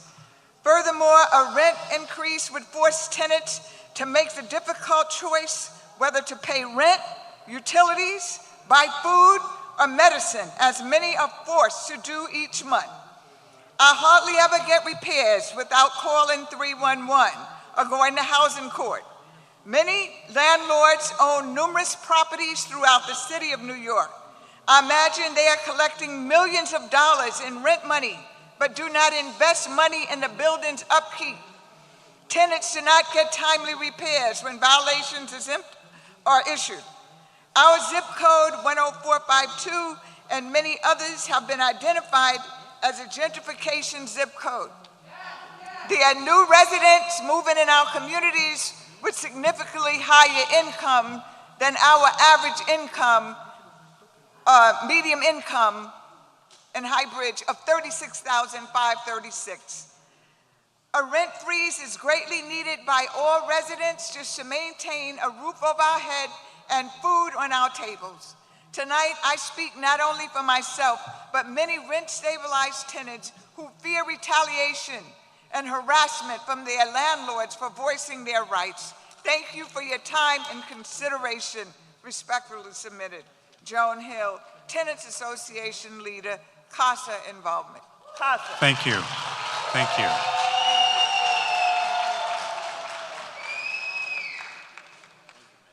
Rosa Alberto.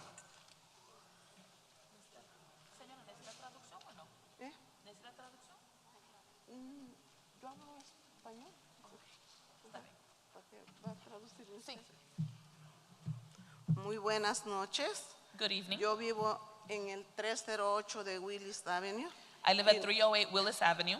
Y no es justo que ya tiene 10 años esa puerta de la entrada del building y no la arreglando. And it's not fair that for the last 10 years, the main door, the entrance door, is broken and it still has not been repaired. Otra de las cosas, uno llama a la oficina. Another thing is you call the office. Y contestan que no pueden hablar español. And they answer you saying that they can't speak Spanish. Like, what's up with that? Yo pienso que ellos deben de tener una persona que hable español porque ellos le rentan a puros hispanos. I feel that they should have someone there that speaks Spanish because they rent to pretty much all Spanish speakers. La basura la tienen allí en el hall, en el pasillo. Yo no sé, siempre está esta pestilencia ahí, porque le llama a uno para ponerles queja y nomás no. ¿Cómo hace uno para comunicarse? The garbage is just there in the hallway and it's just like smelly and it's just like pestilence, and then, you know, what are we supposed to do? Like, who are we supposed to call? We need to raise that, and that's how we're living. That's right.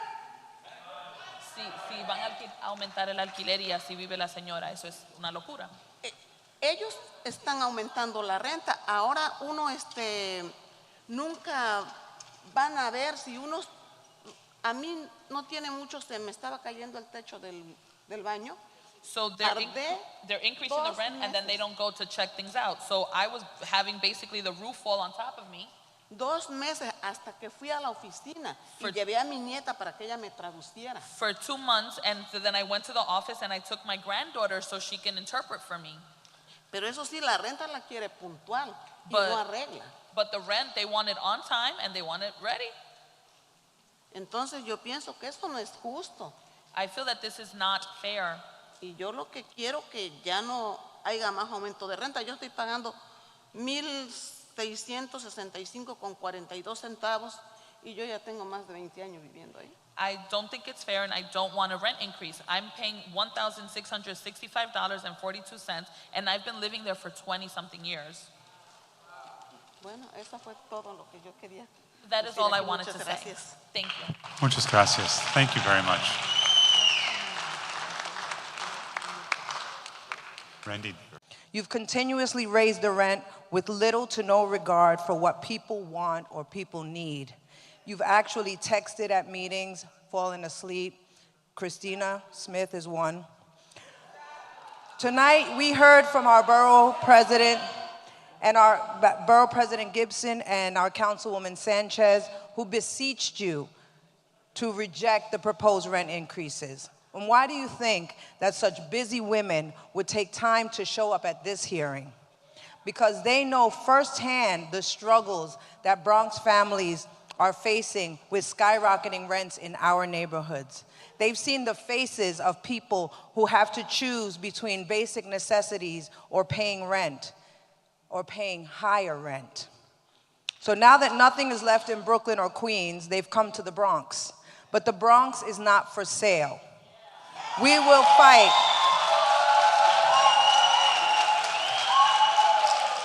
We will fight tooth and nail to keep rent affordable in the Bronx. If it means marching, then we'll march. If it means legislative efforts, then we will do that. Together with our Albany representatives, we will reform this mayor's precious RGB. We will ensure, right. We will ensure that the members of this board are chosen fairly by taking away the power to appoint from this mayor or any mayor after that. And many more reforms that will ensure that this board works for the people and not solely for the real estate profiteers. So I'm here to tell each of you not to get too comfortable, because the RGB will be reformed. And the people united will never be defeated. The people united will never be defeated. The people united will never be defeated. Thank you. Thank you.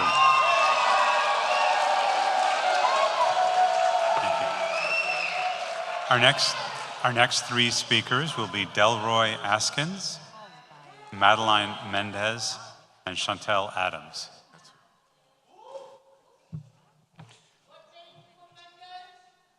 Madeline Mendez? Madeline? Madeline. Yes, please. Yes, I'm Randy Dillard.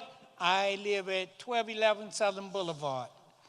I want you to take a good look, because you're sitting in the Bronx tonight because our organization fought for you to come from Manhattan up here to hear our voices.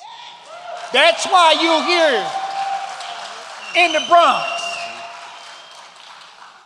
That we had to fight for you to hear our voices and our needs of why a landlord do not need a rent increase. My landlord owns 980 buildings. And my building has 200 violations. Now what y'all need to do before you come here is to meet with some of us organizations and councilmen and the borough presidents and go into these buildings and see the conditions that they're living up under before you vote on a rent increase. Go into the bathroom where someone has to sit on the toilet and have an umbrella raised up so it don't leak down up on them. Go into a building where there are sticky traps and mice traps, and parents have to make sure that their baby don't get bit by rats and stuff.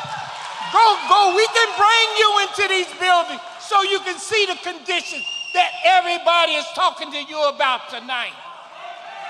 And make sure that if you're gonna vote for a rent increase, tell all of these landlords to clear up their violations first.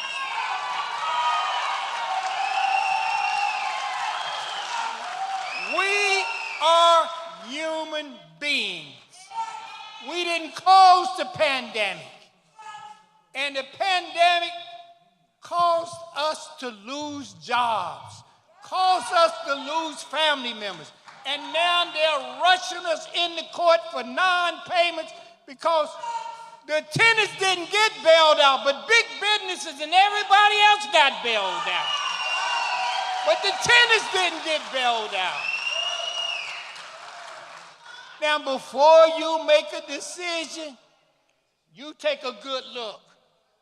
Because one thing we know that you say, we just don't want to pay our rent. We are liars. No, we're not. We're working class people. We take care of our families and everybody. Thank you. So when you get ready to vote, think about everything that you heard tonight. Fight, fight, fight! Thank you. Fight, fight, fight! Fight, fight, fight! Thank you. Thank you very much.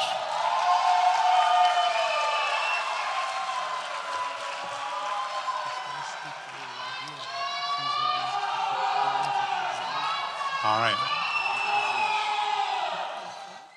Madeline Mendez, thank you.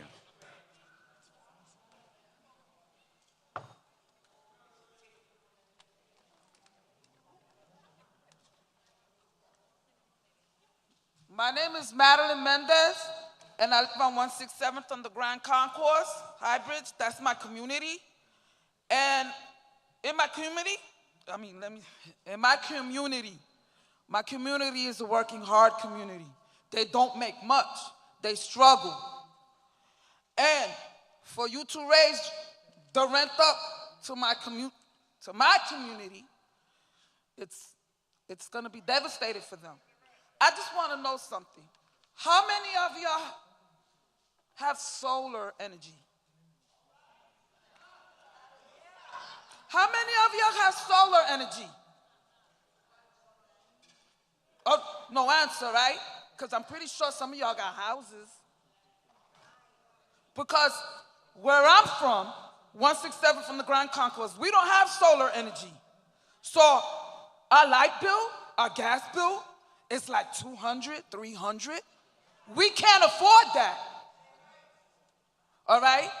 My landlord, Charles Washington, he's a slumlord. Okay? How I got to fix my building that I've been living there for the last 31 years, I had to get tenants to call 311 on him because he did. When I moved in, he didn't give hot water, heat, none of that. And in university, he was on the news because he wasn't giving no gas, you know? But all I'm saying is there's people on the food line. Have you ever been on the food line? People standing there for hours on the food line. And it's getting worse because everything is so high. And not only that, I live right across the street from housing court, and people are getting evicted. And you raising the rent? Y'all agreeing on that? I'm going to remember all your faces. I'm going to remember all your faces. Thank you. That's all I got to say because I'm going through it too. My community, I'm here for my community and for myself. But I'm going to remember all of y'all. Thank you.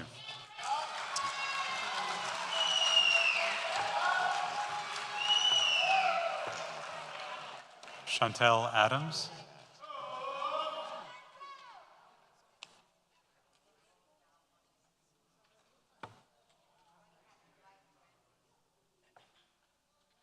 Good evening. The last thing the Bronx needs is a rent increase. Tenants are already suffering from infested apartments, neglectful landlords, and unlivable wages. In my apartment, my mother and I suffered from extreme water damage. Our whole living room ceiling was concave for months, and it took 6 months for us to just get in contact with our landlord to ask for repairs. I hear rats running in the walls at night. There's an extreme issue going on here. People cannot afford rent. People can't even afford to eat.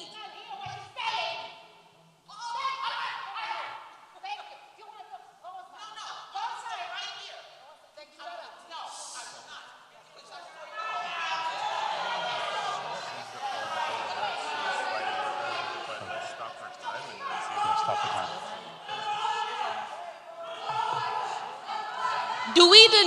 Do we not deserve safe and comfortable housing?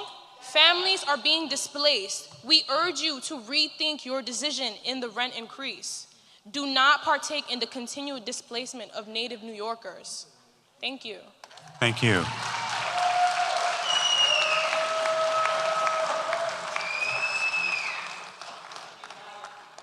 Our next three speakers, can we get a mic over here, is Geronimo Jourdain, Maria Suero, and Julius Bennett. Sir, do you need a mic over there? Okay.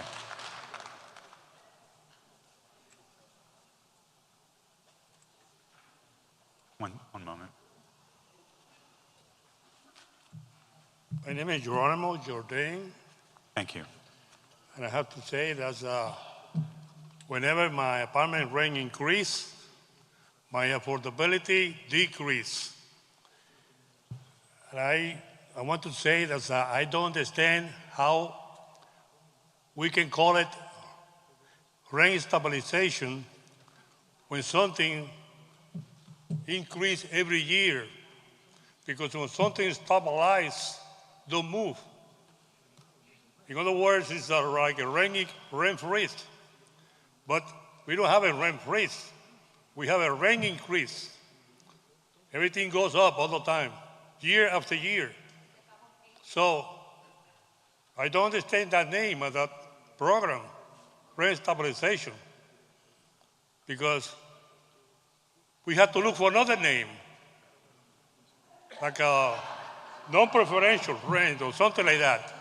Not rent stabilization, because I see like I've been fooled. See? Year after year, it's an increase, not reducing, not decreasing, increasing. You see, the terminology is different. That's all I have to say. Thank you.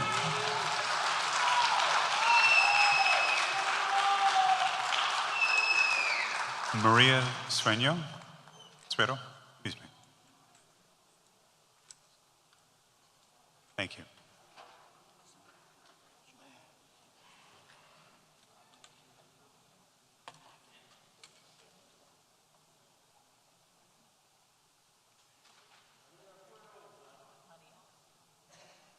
Thank you for coming. My name is Delroy Askins, and I'm here to support CASA. CASA! CASA! CASA! CASA! So I don't think it should be I believe that there should be a rent rollback for two reasons. One is because where I live, there's an infestation of roaches and all kinds of bugs in my building, and it gets into the apartment. And everywhere you go, whether it's to buy food or to the hardware store to buy roach spray, the prices is just ridiculous. They doubling and they're tripling. Anywhere you go, everything is all about the prices are up because of the pandemic. And I'm asking you guys that because of the so-called pandemic, that there shouldn't be an increase because things are so high. Not only for me, I'm sure it's high for you guys too, and everybody that's here. In addition to that, my little niece, she lives in a building where they have black mold. She's a young mother that's dealing with 2 kids, single mother, and black mold is everywhere in her apartment, and she can't get any help. The landlord is not doing anything, and they are continuing to say, hey, we're gonna meet you, we're gonna meet you, we're gonna meet you, but they never come to the apartment to get anything done. And I'm asking you guys to please do not increase the rent. We deserve a rent rollback. Thank you.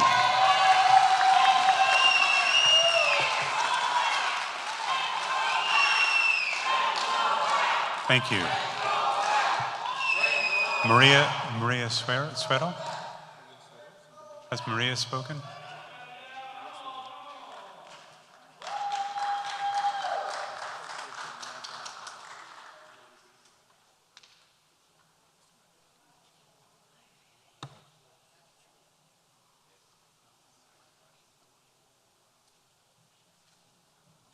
Okay. Oh, that's Maria right there. Thank you.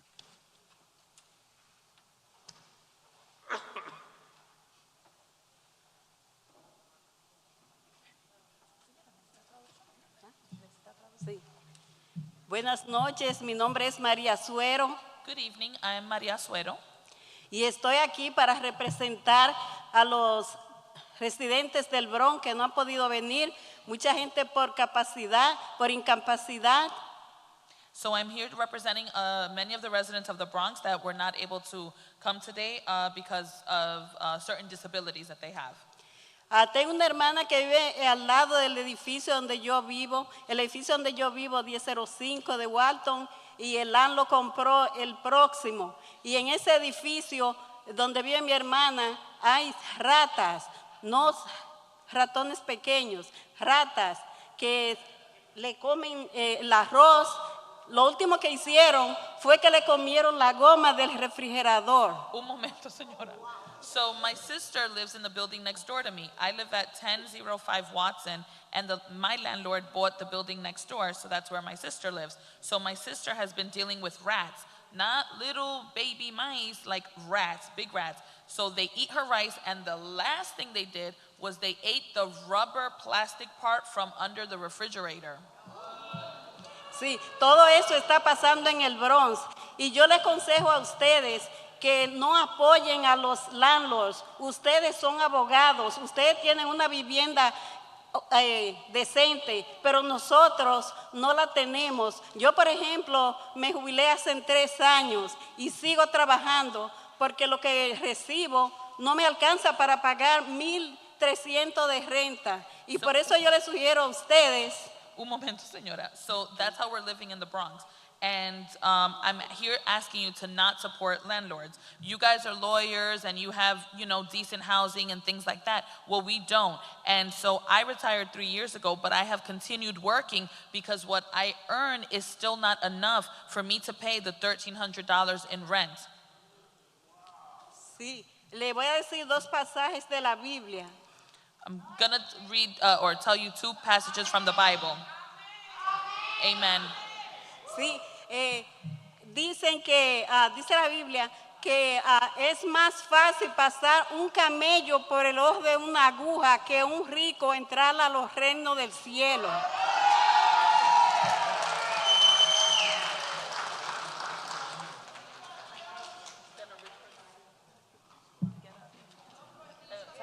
So it's easier for a camel to go through the eye of a needle as opposed to a rich person being able to get into heaven.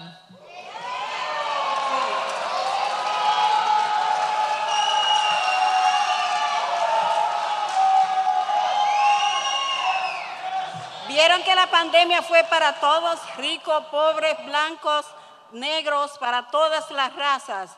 Pues vieron esa probadita que hubo de este temblor de tierra aquí en Nueva York, así vamos a ser jugados y va a ser para todo cuando le llegue su día, es todo. The thing is that God judges everyone, so it doesn't matter rich, poor, black, white.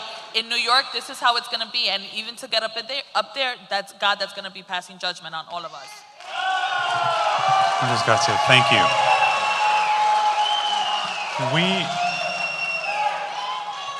We are going to take a brief recess and we will be back shortly. Damas y caballeros, vamos a tomar un descanso breve y después regresamos. And registration closes at 8 p.m., so please make sure to sign up before 8. Y si quieren hablar, quieren declarar, se tienen que inscribir antes de las 8 de la noche. Ahí para. So, si quieren hablar, vaya, inscríbense. Thank you. We'll be Gracias. right back. Y Thank you. volvemos ya prontito.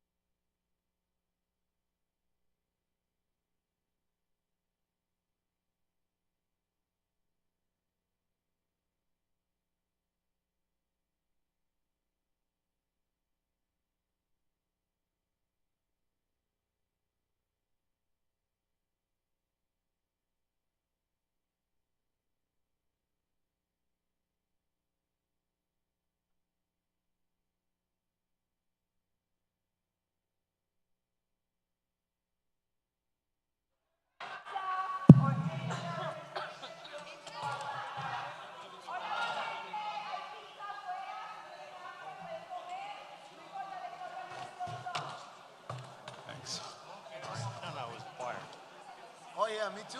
I'm from La Casa.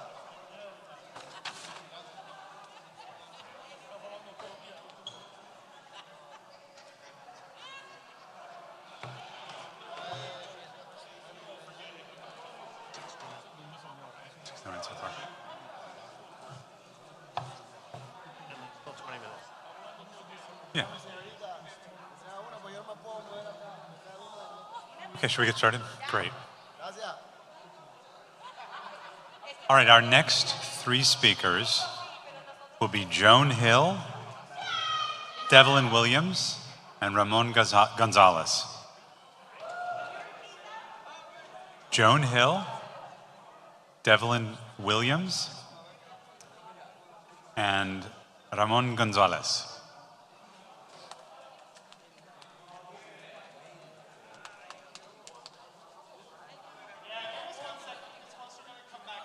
Okay. Read a few more names. Okay. Sure. Yeah, I think they're.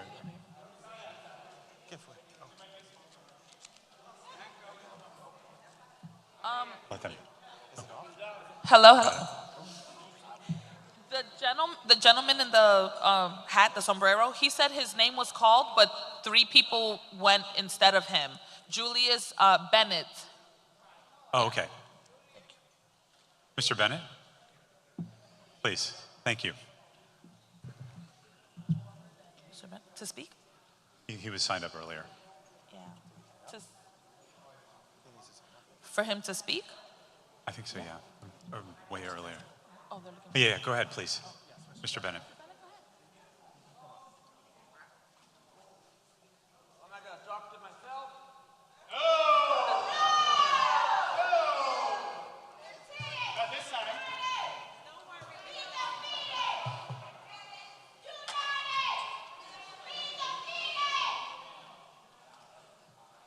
Good evening. Tonight, I do not intend to deliver an exercise in futility. I like to cut to the chase. I'd like to say to the board, thank you for having us, but I'd like to say that you all know why we're here. You all know the conditions we live in. One, I was here last year and we recited it then, and we recanted it the year prior to that. America's in a bad way, which helps to include our housing problem. The problem has to be fixed by fixing those things which caused us to be America. I'm reminded of 3 documents: the Constitution of the United States, the Declaration of Independence, the Emancipation Proclamation. These items talk about the rights of the people. It talks about the development of the government, the running of the government, and what it is for. It also tells us that when the government does not serve the people, then the people have the right to dissolve the government.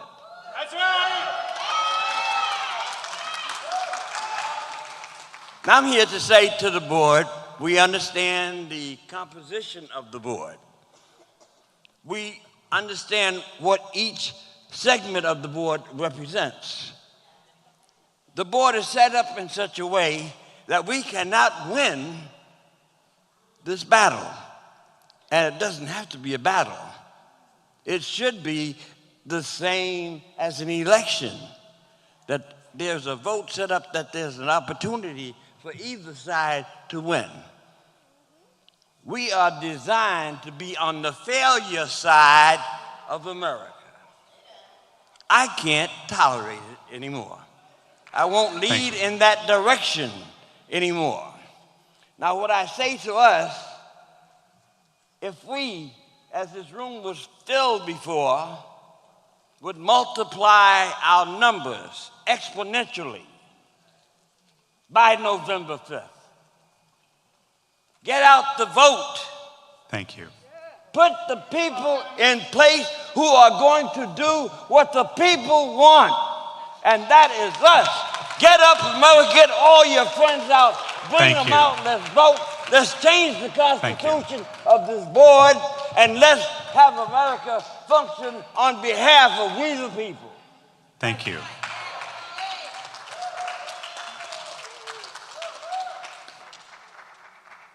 Joan Hill.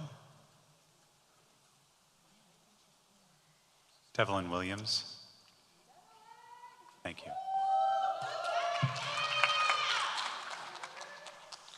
God bless you and good evening, everyone. People of the panel, we advise we would like you to not only to hear us, but to listen with understanding, to open the eyes of your hearts, to understand that each and every person here is not a complaint, but a cry for help. Amen, amen, amen.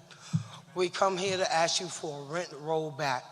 I myself have been homeless since 2015. I work 2 jobs. I work really hard, I volunteer, I do church work, I work with children. I've been told after applying for apartment after apartment that my low income is too low for low income housing. Again, we asking for a rent rollback. Your rent is way too high. When I'm applying for low income housing and they're still telling me with 2 jobs that I cannot afford low income housing. Please hear us with your hearts. These are not complaints. These are cries for help. We need your help. The people need your help. You're killing us. Please, rent roll back. Thank you very much. Thank you. Ramon Gonzalez. Thank you.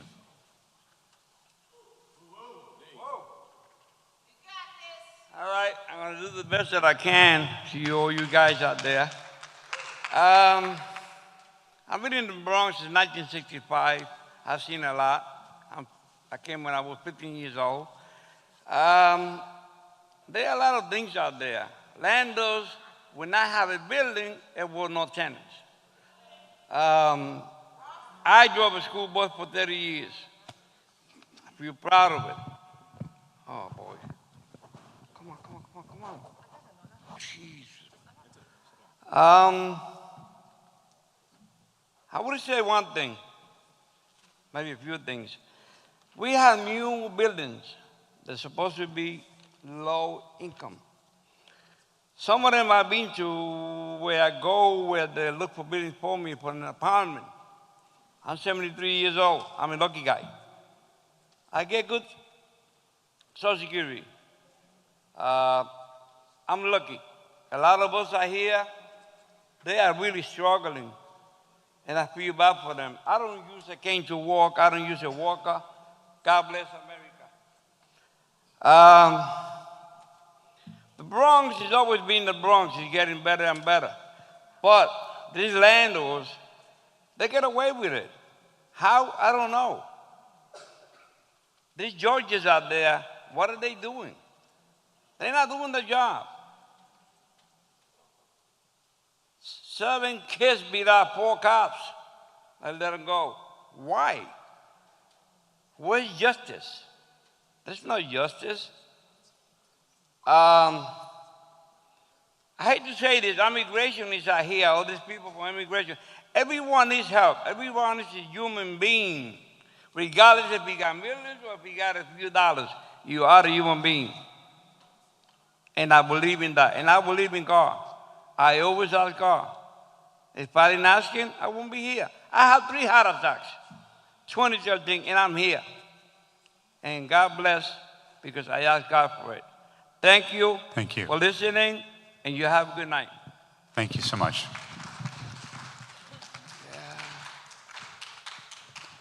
Our next 3 speakers are Yoselin Gomez, Ana Galvez, and Jervine Samuel.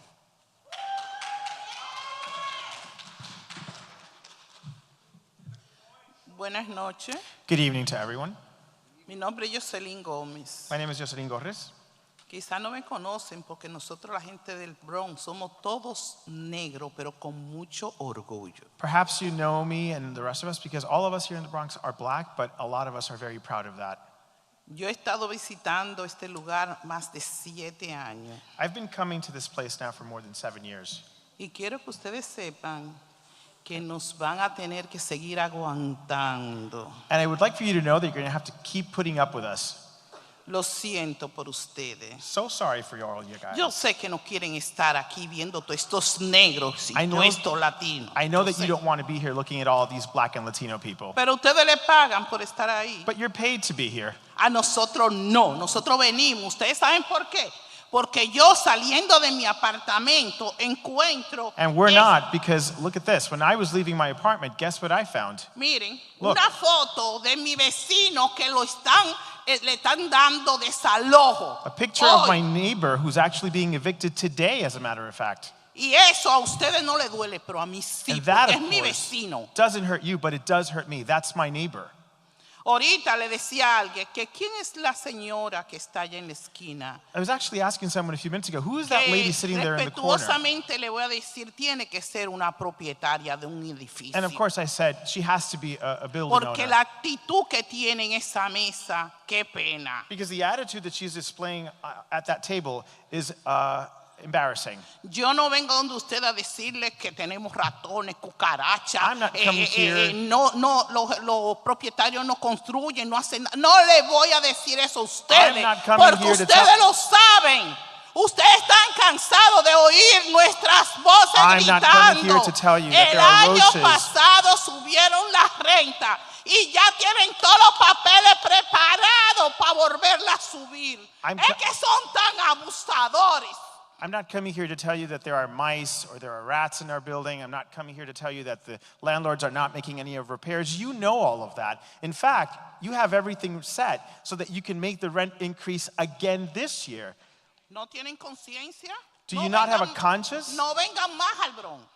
No vengan más aquí Please don't porque come la back to the próxima Bronx. vez que ustedes vengan aquí, ustedes van a saber que Because- estamos cansados. Because next time you do come here, you're going to find out how tired we are. Yo sé que ustedes nos tienen miedo. I know you're afraid Porque of us. nosotros no nos quedamos cruzados de brazos. Because we Yo don't just sé sit que back and ustedes take it. lo empujaron para venir aquí. I know you were pushed to being here tonight. Pero lo siento. But I'm sorry about Nos that. van a seguir viendo la cara. You're gonna keep Y aunque seeing our sigan faces. oyendo lo mismo, And even if you aquí keep en at it, Hostos Community College siempre van a haber inquilinos there will always be reclamando nuestro tenants derecho. here at Porque Hostos la Community College vivienda asking es for our un rights. derecho. Because living No is son ustedes que tienen que estar aquí. Ustedes Housing is a deberían right. de estar aquí sentados y nosotros allá You arriba. should be sitting here and we should be sitting up there. Eso es lo que teníamos que nosotros hacer. That's what we Ustedes should do. bajar y nosotros subir. You should para come que down ustedes here, sientan en carne viva we should be up lo there so que you can es pasar feel un día sin comer. what it is to Ustedes spend no lo days saben. with Yo no sí food. lo sé. I know what that feels like. Yo sí lo when I sé, have no de pasar un día trabajando en una tienda where I desde work las 5 in de a la store mañana from hasta 5 las a.m. in 5 the de la morning tarde till 5 y p.m. no llevar comida. and not to take food home. Vengan aquí, Here, siéntense sit with ahí us para que ustedes sepan. so that you can see how it Señores, feels. yo sé que ustedes van a aumentar la renta. Ladies and porque gentlemen, el I know you're going to alcalde increase the es rent dueño because del edificio, the mayor is y él fue que lo nombró a usted an y lo owner, trajo aquí. and he Pero bought all no of you guys van a out and brought you seguir here. But you're going to escuchando. continue having to listen to us. I'm sorry, I'm no sorry. van a seguir escuchando, lo quieran o no quieran. Whether you want El to or Bronx not. está aquí en The pie de Bronx lucha. is here, and we're Señores, ready no to sean fight. tan abusadores. Please, Dejen esa don't be renta so como abusive. está, por favor. Please reduce the rent. Gracias.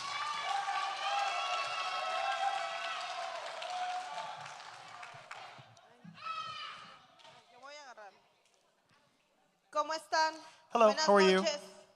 Mi nombre es Ana Galvez. My name is Ana Galvez. Estoy aquí frente a ustedes, I'm here before you, mirándolos a cada looking uno. at each and every one of you. Y espero que ustedes también me miren. And I hope that you're all looking at me as well. Yo normalmente tengo la voz muy alta, Normally, I speak very loudly, pero hoy me prometí no alterarme but ni today, gritar, I promise not to scream or get too excited. porque dicen que como tú pides Because las cosas, they always say that así será mutuamente the way in recibido. which you ask for things is the way that you will be retributed for that. Sé que ustedes I know that all of you están cansados de escuchar are las mismas tired historias. of listening to the same stories. Yo sé que ustedes I also know that many of you están ahí are there porque son gente preparada. because you're all very well ¿Y educated. saben qué? You know Los what? felicito. I congratulate you for that. Porque quizás sus padres Because perhaps your están haciendo el parents mismo trabajo are doing the same que work yo como madre that I as a mother hacia mi hija, is de doing with llevarla my daughter. a un lugar quizá cuando en un futuro esté sentada And ella hopefully ahí. she will also be sitting at a place just like you're doing so today in the ¿Saben cuál future. es mi mayor tristeza? Do you know what's my major, what makes Que me mi the hija saddest? The fact that my daughter Escuche desde los 12 años is able to hear at the age of 12 lo que es trabajar y luchar. what it is to work and to fight. Ella está haciendo estas pulseras She's making these little y bracelets las está and vendiendo she's selling them en su escuela in her school para ayudarme a pagar el so that she alquiler. can help me pay the rent. ¿A ustedes les parece justo Do you think that that's fair? que un niño That a child que debería de preocuparse por should estudiar be more worried about his or her ahora se esté studies preocupando is now more worried por el alquiler? with paying the rent? No es justo, señores. No es justo. That is not fair. That is not fair. Están cansados de escuchar que un edificio, I'm sure you're tired of en hearing un that edificio no hay buildings reparaciones, ¿verdad? where there are no repairs being made, right? Porque algunos amigos de ustedes, los de edificios, Because no lo a few hacen. friends of yours don't make those repairs. Pero yo me pregunto, But I ask myself, ¿en qué Nueva York viven ustedes? what New York is it that you live Por in? en el que yo vivo Because the one I live in es un basurero. is literally a Estamos dump. criando a las ratas. No We las are estamos, raising sí, las rats. estamos criando No, porque viven en nuestros apartamentos. The rats live in our Comen buildings. nuestra comida. They eat our food. Yo las estoy alimentando. I'm the one that's feeding them. Qué cosas, ¿verdad? Ya no sé si You es know, una mascota, si es un hijo. I don't know if it's a pet No or lo if it's a sé. child. I don't know what it is. Pero los invito. But I invite you all. Sí los invito a que Yes. se sienten en mi I mesa. invite you all to sit at my dinner table A que coman so that you eat encima on top de heces de ratones. of those. So you Los sit invito a on mi top mesa. of rat Los droppings. invito a mi casa. I invite you to my home. Los invito a caminar I invite you to take a por walk. la tercera avenida, on que es Third lo más Avenue. caro. Yo le decía a mi compañera que me I told a diga friend of mine dónde hay apartamentos de 1,400 where porque there yo pago are $2,000 for y ustedes $1,400 quieren because I pay seguir aumentándome. $2,000. ¿Cuántas pulseritas de estas How many creen of que mi hija these tendría que do you hacer think my para que me daughter will have ayude? to pay or sell for me to be able to pay Sean this rent? conscientes, por favor, Please señores. be aware No of this. estamos pidiendo regalado. We're not asking for something. Simplemente que for- ya for no you to nos give this to us. aumenten, por favor. We just do not want any more increases. Muchísimas gracias. Yo podía pasarme Thank you toda so la much. I could noche spend all night here queriendo convencerlos, trying to convince pero all su of you, conciencia y Dios but your lo va a conscience hacer. and God will do that. Gracias. Thank you. Muchas gracias. Thank you.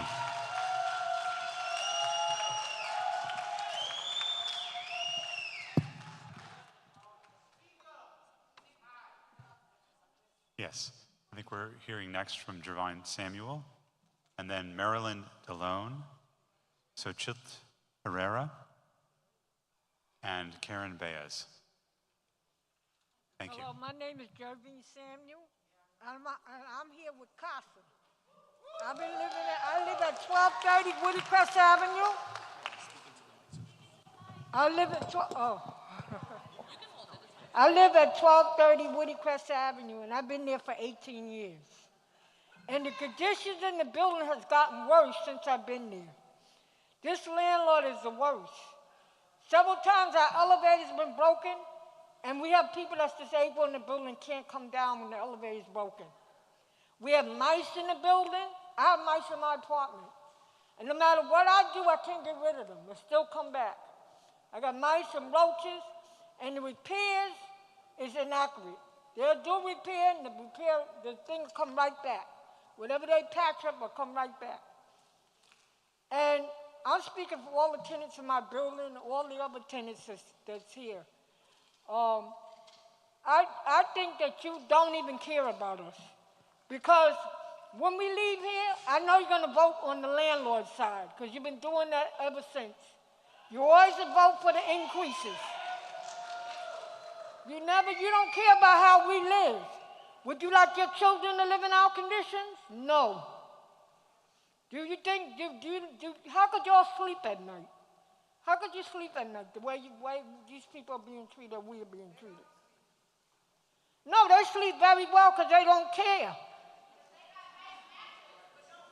That's right. They don't have mice and roaches in their apartments.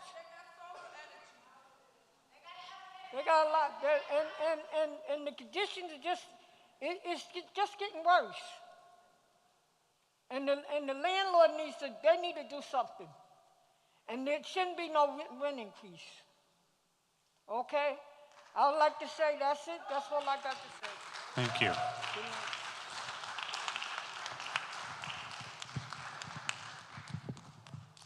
Marilyn DeLone.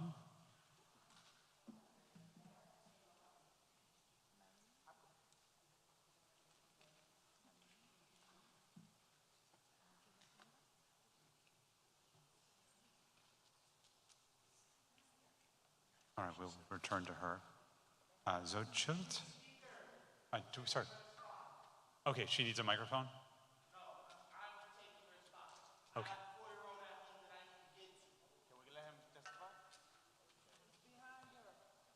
I'm sorry, and can you tell us your name? My name is Skylar Mendez.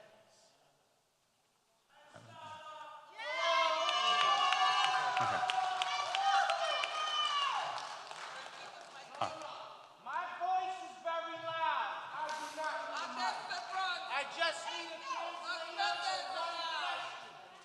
One question. Now, out of everybody in this room, this is the question I need translated, please. Out of the people in this room, how many are you on fixed income? I'm not here to complain. By show of hands, SSI, SSD, Social Security. Now, you see the room. I am one of them. I'm 29 years old, living off of my mother's retirement. I only get a fixed amount. I do not like rent increases, but I'm willing to do devil's advocate. Make a rule, make something where they won't get a rent increase or the landlord has to go. Something. Because we are in year 4 after the pandemic. Year 2, okay, it was a struggle.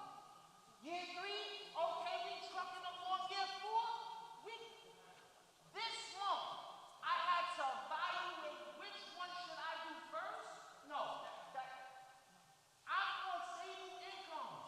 I don't have to pick and choose. I get this till the day I die. I don't want to be a part of the next generation of struggles. And it's astronomically dumbfounding. The people in here are 3 times my age and they're struggling. I can only imagine me growing up. It's not going to work out. Now, wait, I'm not done. I only got 10 seconds to try to make it brief. Each and every one of you on that board has a retirement age.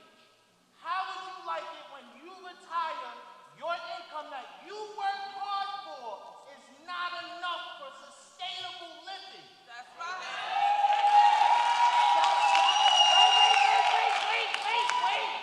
Wait. Sustainable living is what we all fight for. That's from right. 16 going forward. That's why we pay our taxes. That's why we ask the government for help to get the taxes done right. If we get no stability after we retire, what's the point of retirement? Thank you. Even the 401k, even all that stuff, if it's not sustainable, what's the point? Thank you. Thank you. Now, I don't care which way we may vote. You may vote yes, you may vote no. But know this. Oh, shut up. Everybody has an end date. Everybody retires. Everybody has what's known as a fixed income. No matter what or where you're from. No matter the state either. I don't care really. Like I said, whether you pick or choose, just Thank you. have the courage, the decency, the overall mindset of the future. My future Thank you. is in your hands. Thank you. Thank you. Thank you.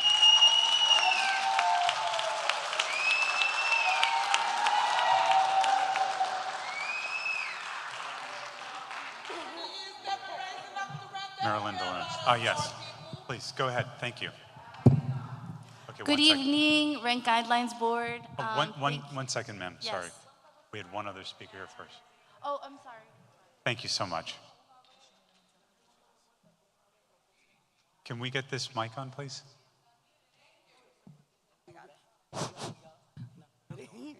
Thank you so Mic much. check. Hi. Hi, good evening. My name is Marilyn DeLone. I reside on zip code 10452, meaning low income. Around a lot of people here have fixed income. However, I don't want to talk about the fixed income now. I want to talk about the essential workers. They never got a break. They're the ones that are here. The essential workers didn't get PUA. The essential workers didn't qualify for ERAP. They qualified just to continue working, paying the rent that they were paying before. They never got a break, mental or physical. First of all, these people, I'm disabled. I got hit by a car, 1920. I got the pandemic of the hit by a car, not by the COVID. However, these people worked and saw so many of their friends die. They have not received therapy, mental, because they have to struggle and continue. They have children. These children are going to be living in your neighborhood tomorrow. Then you call them, oh, you're not going to have enough places to lock them up because they don't have, the parents died because they had a heart attack or they were not, we're going to be orphans. This pandemic, first of all, second of all, fact check number one. Fact check number two is the fact that here we are, when you go to a governmental office, by the way, they don't qualify to subsidize nothing because they work and they make $1,600 a month. Then you don't qualify after that amount. We're talking numbers and statistically. Then here we go where we are, the systems, you go to any office or governmental, they're catching up. So you have to wait because we're catching up. Well, we are also need to catch up and we are not able to eat the hot dog. The ketchup is not there yet. Another thing, this is the deal, guys. Biden. This is the deal, guys. Needs versus want. I'm a teacher, I'm a student. Needs versus want. That's the way I was taught. Plus, I was taught racial. I didn't know, I hated racial. I didn't know what the hell it meant. It's equivalent, it's balance. One, low income versus high income rent hike is not equal. It's not equal. It's actually not proportion. Number two is the fact that needs versus want, we need you to help us afford our living. Thank you. Major Adams, fact check number three, Major Adams is a landlord. He's a Democrat? No, he's acting like a Republican. If he thinks like a duck, he's not a duck. He's actually a landlord. It's a conflict of interest. We don't get our vote today. We are then taken at higher places because you know why? It's conflict of interest that he's a landlord. We vote for him. He's raising our rent. That's not help. Plus, the rent rollback is on the ballot. Rent rollback is on the ballot. You don't vote today on 6. This is an election year. Therefore, if you guys don't vote for us, we'll see you on the unemployment line. Rent rollback is on the ballot. Thank you.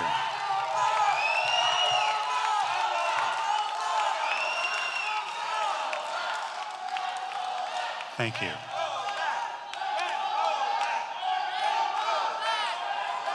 Thank you. Rent roll back.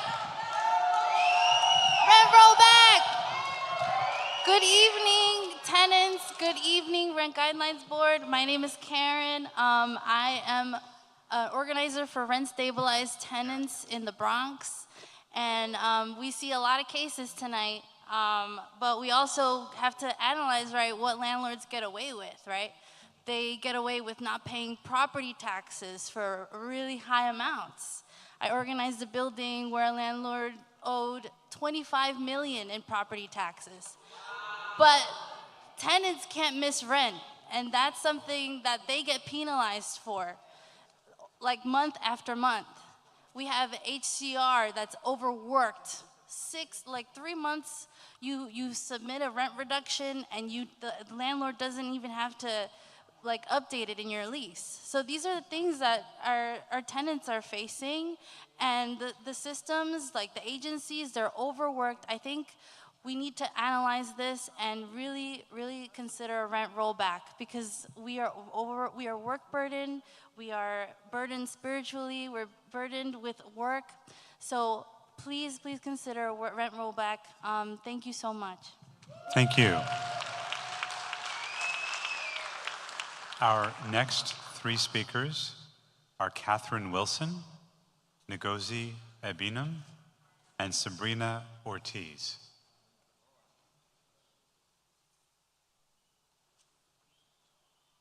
Catherine?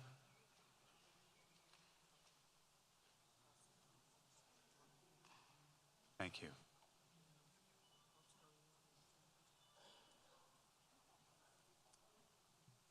I'm Catherine Wilson. I know on the board right now, I know there's representatives for the landlord, representatives for the tenants, the mayor. I'm gonna say this, in 2020, when y'all said, oh, we didn't have to have a raise, the landlord still raised our rent. I'm not gonna get up here and I'm not gonna say, oh, I got a landlord, he's not bad, but he's horror. I wanted to show you pictures that when you give a landlord some clout and you raise that rent, they don't always do what they have to do. They don't bring it back to the neighborhood. They don't bring it back to the building. First of all, I feel like when you raise the rent and you don't give it back to us, what's the problem? Because if I pay my rent every month, and I pay my rent every month, and I just looked at my rent sheet today and I said, how do I get a balance on my rent if I pay every month? So I went in my rent office and I said, how do I got a balance on my rent if I pay y'all every month? They was like, oh, I don't know, Ms. Wilson. Well, I'm laughing.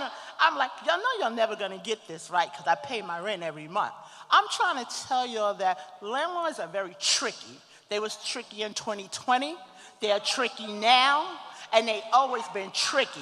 They don't do what they supposed to do. Y'all, people give them loans, and they don't do what they still gonna do. And if y'all give them a raise, all they gonna do is mess with us again. I was gonna say something, and I know this. I could tell she's bored on the end. She's tired of hearing us. And I can tell all of y'all just don't want to say, I'm not going to talk about that, but I'm just going to say, if we need to roll back that rent, we need to roll back that rent. And y'all need to punish them for what they did to us in 2020, and y'all need to punish them now and let them know, stop tricking the tenants. Thank you.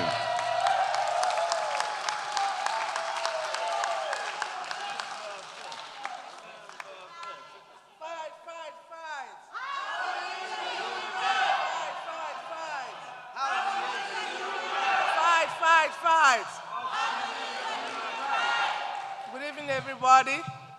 My name is Ngozi Ebinum. I'm a member of CASA. You all see us last year. We're back again this year. We're begging you people to help us to rent roll back. Rent roll back.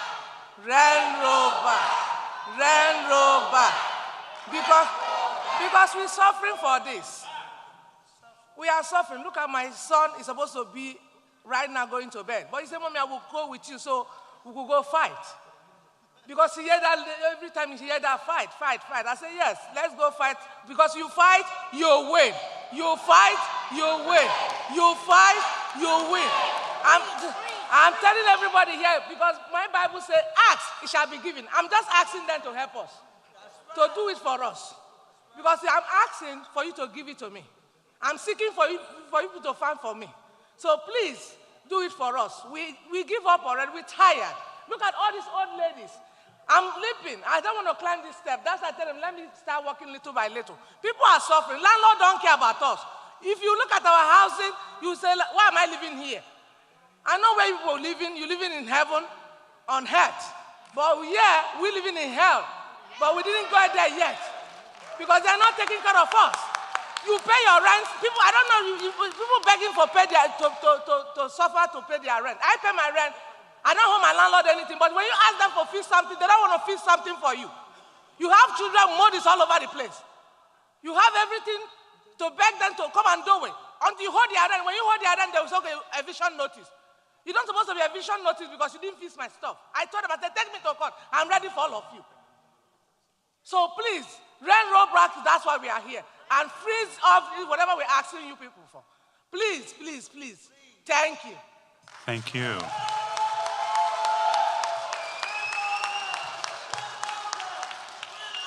Sabrina Ortiz. Good evening. My name is Sabrina Ortiz. I'm here with CASA. I'm not gonna, reiterate what everyone has said already so far, but I'm gonna tell you a little bit about my story, okay? I was a renter for 6 years. Right now, I'm homeless, not because I don't pay rent or because I'm not a hardworking person, but I had a fire in December of 2022. It took an entire year of fighting the system for the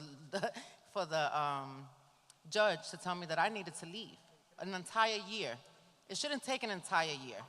On top of that, going to nonprofits to try and get information to maybe get some type of counsel is really like trying to find a needle in a haystack. And it is this same exact so-called resource for the 10,000 nonprofits that we have in New York City. That is ridiculous. We should be able to have way more resources for tax-paying citizens. I've been working since the age of 14. Next week, I will be 44. That means I have dedicated over 25 years to the workforce, corporate, to try and provide for my family. And then when I have the utmost, life-changing arrangements in my life, I can't get any resources. I've paid for thousands and thousands of people to have the resources that I was never provided. And that's not fair. I have worked really hard, not just, please wait, I haven't just worked a 9 to 5. I have worked 9 to 9 because I am the provider of my family and my household. On top of that, I had a fire, okay? That was in December 8th, to be exact, of 2022, while I was, going to see my uncle in ICU on his deathbed.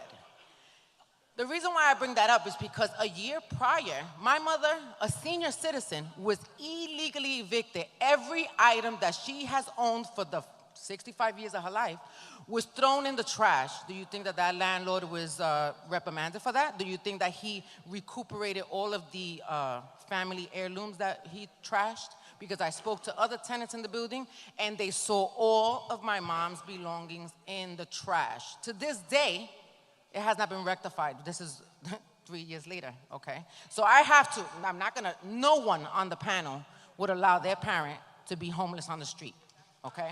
So I had to take my mother in. 1 year later, I have a fire, and then living there 6 years, not one single repair. Luckily, I've worked in property management, so I do know how to do my own repairs. Do you think that I got a rent reduction for doing my own repairs? No, I didn't. I had to fight every time there was a leak or something of sort for it to get done. It never got done. The refrigerator gave out, it was never repaired. 2 months, Thank you. I went and had to purchase a refrigerator. I know you guys want to go, but the point that I'm trying to make here is that the tenants have to be responsible adults, right? We have to do everything on our part, but the landlords do not get the same. And they need to. The violation should not pass a certain amount in a building before it gets repaired. We shouldn't have to call 311 10,000 times for them to get repairs. We shouldn't have to call Obasman or all of the Senates for them to come and finally get something done. When they're getting paid, they get pulled out of all types of financial situations, and none of us have gotten pulled out of those financial situations. Things need to change. I'm not begging, and I'm not asking, or I'm not pleading either, because I'm a tax-paying citizen, and it is our right to have a decent living space. Thank you.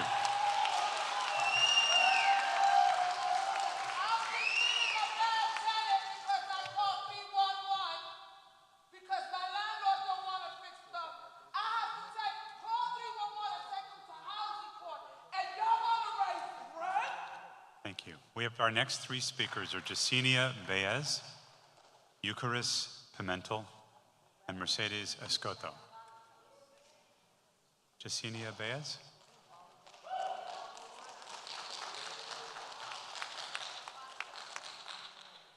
Hi, my name is pronounced Jasenia Baez.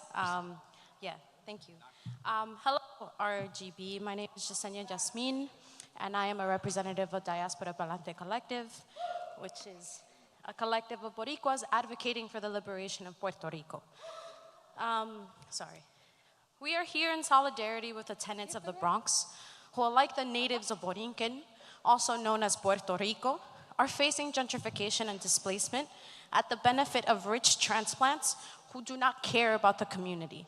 You've heard from testimonies of people who live under despicable housing conditions and landlords who do not care about the sanctity of these people. And why don't they care? Because we are being let down by them. In the same way we are being let down by our mayor, by local officials who hold the interests of wealthy real estate moguls who care more about profit than they do people. Exactly. Oh, who's the landlord? Eric Adams? Yeah, Eric Adams is the #1 landlord in New York City. And he, like the local officials, are responsible for every single rent hike that is a direct attack on the dignity and well-being of the families, of the friends, and the neighbors of the community. Rent increases do not come with improved living conditions. In fact, as rents climb, landlords continue to neglect our homes, subjecting us to pest infections, improper plumbing, and crumbling infrastructure. They continue to do this because they know if we demand safe housing conditions in court, we will fight alone. In 2023, 50,000 New Yorkers faced their cases alone. If you're unable to afford $3,000 of rent, how do you expect them to afford attorney fees to have rightful representation in the court when it is not appointed to them? It is not given to them by the city. As my colleague just mentioned, she is a tax-paying citizen. Representation should be given with taxation. Thank you. Thank you. Landlords do not invest back into the community and force us to live in unsafe and inhumane housing conditions, which is an assault on our right to live without fear of being driven out of our homes and into the streets. We are here to demand that housing be treated as a human right, not as a commodity to be exploited for the benefit of capitalists, not for the commodity to be exploited by you as well. You are appointed to represent the people and give them fair housing. Thank you. People live here. Families are created here. Friendships are cemented here. And communities are cultivated here. All of that becomes lost when we are forced to leave our homes because we can no longer afford to cement our legacies because we can't afford the rent. This is unjust. And I will finish my point before I step down. This is unjust. And until the injustices are remedied, we will fight for affordable housing because this is our human right. And if you do not give it to us, we will fight. Thank you. Oren.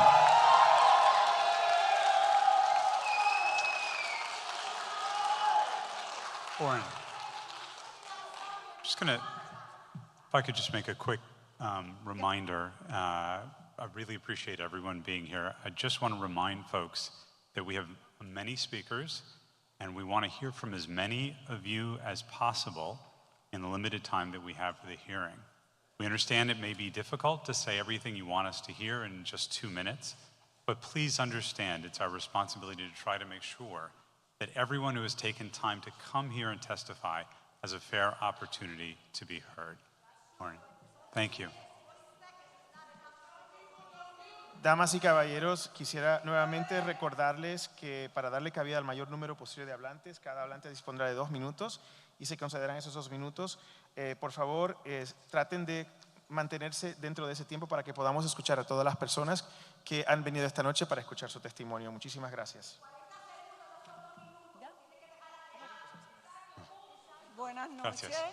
Mi nombre es Eucari Pimentel, vengo representando. Buenas noches. Mi nombre es Eucari Pimentel y vengo presentando mi edificio que es el 1212 de Grand Avenue. Tengo viviendo ahí I'm here representing my building, 1212 Grand Avenue. Señora, tiene que tomar pausa y acercarse al micrófono. Tengo 30 años viviendo allí. I've been living there for 30 years. Y vine porque ya yo estoy cansada, no quiero que me aumenten más la renta. I'm here because I'm tired and I no longer want a rent increase. Y estamos aquí luchando para que eso no pase. And we're here fighting so that that doesn't happen. Vivo en un apartamento donde está todo asqueroso, muchas ratas, ratón, cucaracha. I'm living in an apartment where everything is disgusting. There are rats, there are roaches everywhere. Los apartamentos y estamos ya desesperados. No Pero repairs yo are que made ustedes and nos we're ayuden, pretty much desperate. Porque de verdad no es justo que uno pagando una renta tan cara no le puedan hacer unas reparaciones justas. And it's so unfair that we're paying for such high rents and no repairs are being made. Tenemos 3 años pagando luz en cantidad industrial porque nunca nos dan calefacción. For 3 years now, we've been paying for electricity because we don't get any heat. Ellos hicieron la reparación, pero nunca funciona. They, of course, made the repairs, but it doesn't work. Yo tengo 73 años. I'm 73 years Tengo old, 2 trabajos para yo poder pagar mi renta. and I have 2 jobs so that I can pay for my rent. Entonces vine a decirle a ustedes que por favor nos ayuden, que paren de esos aumentos. So again, I'm here today to ask all of you to please help us with these increases. En 30 años viviendo ahí no han pintado una sola vez a mí. In 30 years that I've been living there, not once have they put up a coat of paint on the wall. Y todos los arreglos y todas las cosas bellas que tengo ahí las he hecho yo, pero And ya paré. of course, Soy viejita. everything that's been done to the apartment to beautify it has been done by me, but of course now I've stopped doing that. Así que no tengo más que decirle, por favor, que paren esto, ayúdenos a nosotros. I have nothing else to say but to please stop all of this and help us. Bueno, Muchas gracias. Thank you.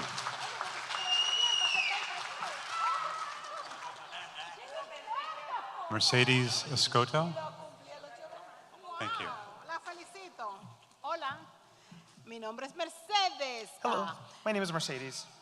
Buenas. Yo vengo representando a casa. Yo soy una líder de casa. I am here representing CASA. I am a CASA leader. Pero también me estoy representando yo porque yo soy una mujer retirada. Hace 2 años me retiré de la ciudad, trabajadora de la ciudad esencial. I'm here also representing myself. I retired 2 years ago. I worked for the city. I was an essential worker. Exacto. Ahora mismo mi ingreso está al mes. Yo cobro ahora una vez al mes, no 2 veces al mes como antes. So mi ingreso está constringido. And of course, I have a monthly income. I, of course, don't make 2 paychecks a month like I used to, and it's a very restricted income at the moment. Okay. Yo le estaba diciendo a la gente de casa, vamos a ver cómo buscamos la forma de arreglar, de tener una comunicación con el landlord. And I told CASA, why don't we seek some way out to actually have some sort of communication or contact with the landlord? Para ver cuál es la razón de por qué a nosotros no nos arreglan el edificio si pagamos la renta. Mi renta está al día. To see why it is that he fails to make any of the repairs when all of us make our rent payments. My rent is up to date.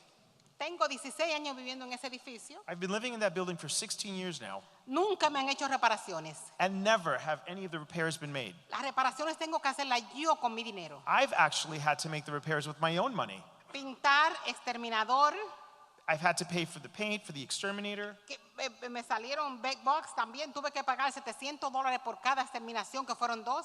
And there were even bed bugs in my apartment. It actually came out to $700, and I had to pay for 2 exterminators to come in. Tuve que comprar nevera. Se me dañó y no me la quisieron poner tampoco. I had to pay for a refrigerator. It was damaged, and I had to pay, and they didn't want to reinstall one. Cuando me incorporé con casa no dijo, no, la podemos ayudar, vamos a educarla acerca de sus derechos como inquilina. When I started working with CASA, they told me, we will educate you. We will actually teach you what your rights are as a tenant. Porque yo no sabía en lo que estaba metida con la situación del landlord. Because I had no idea what I was up against with the landlord.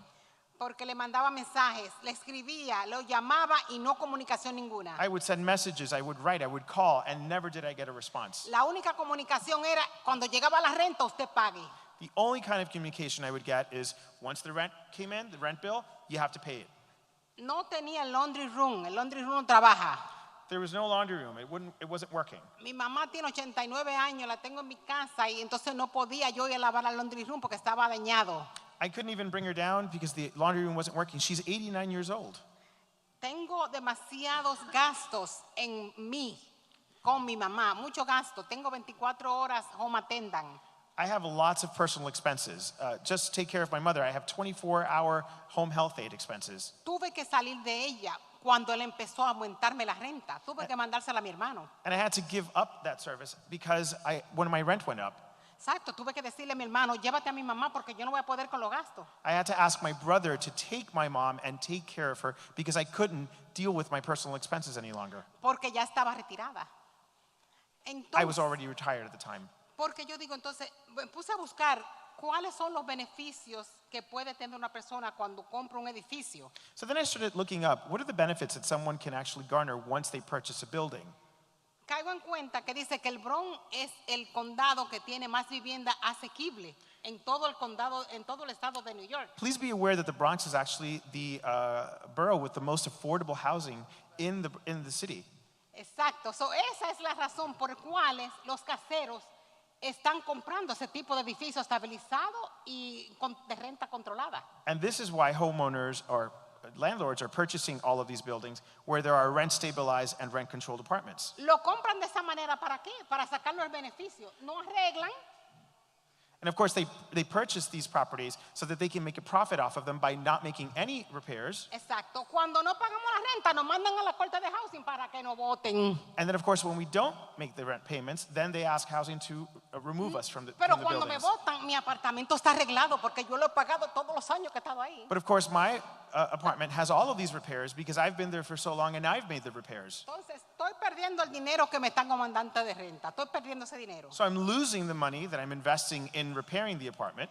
Estoy perdiendo el dinero que estoy haciendo los gastos extra que tengo que pagar en el apartamento de arreglo. And of course, I'm also spending extra money with my personal expenses to repair this apartment.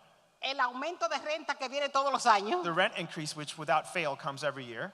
Entonces también me he enterado que cuando yo me mudé ahí, ellos me cobraron broker fee. And I even realized that when I moved there, I was charged broker's fees. Y el landlord se supone que el que pague por el broker fee, no yo. And it's the landlord who's supposed to pay for that, not En me. otras palabras, In other words, estamos siendo estafados por los caseros. In other words, Estafa total. this is a ripoff. Estafa total. Pero This no is a estamos, ripoff. Thank you. no estamos solos Thank porque you. también esta gente que está And we're not alone. Do you see son these people up parte de la here? estafa. They are part of this. La gente de housing, de la corte de housing también. El gobernador y el The alcalde. governor is part of this. The esos mayor is part of this. Son todos estafadores que lo que quieren es vivir de nosotros. It's a sham. Gracias por su atención. Thank you so much for your Thank you. attention.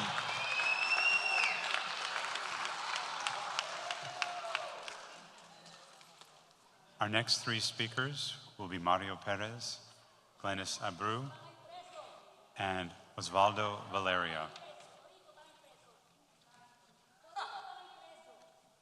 Is Mario Perez here?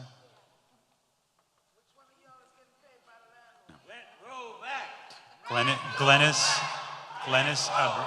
Thank you. Is Glenis Abreu here? Okay. We have a microphone for you. Thank you. Un momento.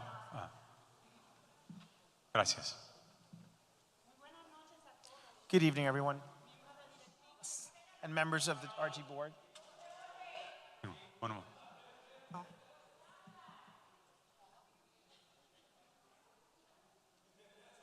One moment, ahora sí.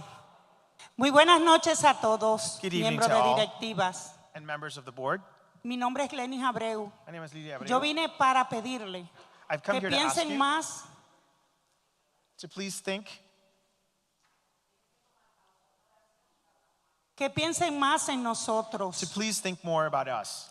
Yo soy una persona deshabilitada I am a disabled y person, apenas estoy cobrando $666. and I barely get $666 a month. Me han dado varios strokes. I've had several strokes. Tengo diabetes, I am diabetic. una depresión I crónica am severely depressed, y estoy casi a punto de perder mi apartamento. and I'm about to lose my apartment. Necesitamos que ustedes tomen en cuenta We need you to take this into consideration. todo el tiempo trabajado. All of the time we've worked, Yo juré por esta bandera I took an oath Yo to soy this flag. ciudadana I am americana. a U.S. citizen. y juré por ella porque creo en este país. And I took an oath because I believe in this Yo country. juré por la bandera porque creo en I ustedes took an oath because I que believe in all of pueden you. ayudarnos.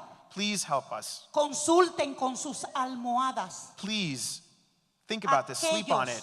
Que no saben el dolor de uno perder su hogar. You have no idea what pain it is to lose your home. Ustedes viven en un hogar seguro. I'm sure that you live in safe Nosotros no homes. sabemos cómo estamos viviendo. We don't really know how it is that we're living Porque at the cada moment. día tenemos más miedo Because every single day we face de more que un fear. edificio de esos se caiga encima de nosotros. What if one of these buildings collapses on us? Yo fui víctima de violencia doméstica I was the victim of y estoy aquí, huí domestic de mi violence, and I am pareja here. y estoy viviendo aquí, creyendo que podía tener justicia. And I'm here living, thinking that I was going to be, that justice was going to be afforded to me. Ustedes tienen nietos, Do you tienen have hijos. grandchildren? Do you have children? Yo tengo nietos I have grandchildren. que quiero que sepan que hoy puede ser un día maravilloso para todos And I nosotros would like for you to know that today could be a y wonderful que day hagan for la all of us. diferencia para nosotros. Quiero que el día de hoy quede en la historia. It could be a different day for all of us today. I would like for this to be a historic day. Quiero que por favor piensen. Please think. Necesito que piensen. I need you all to think. Hay muchas personas huérfanas aquí. There are many Y yo orphans here siempre with he us dicho que today. somos huérfanos de landlord.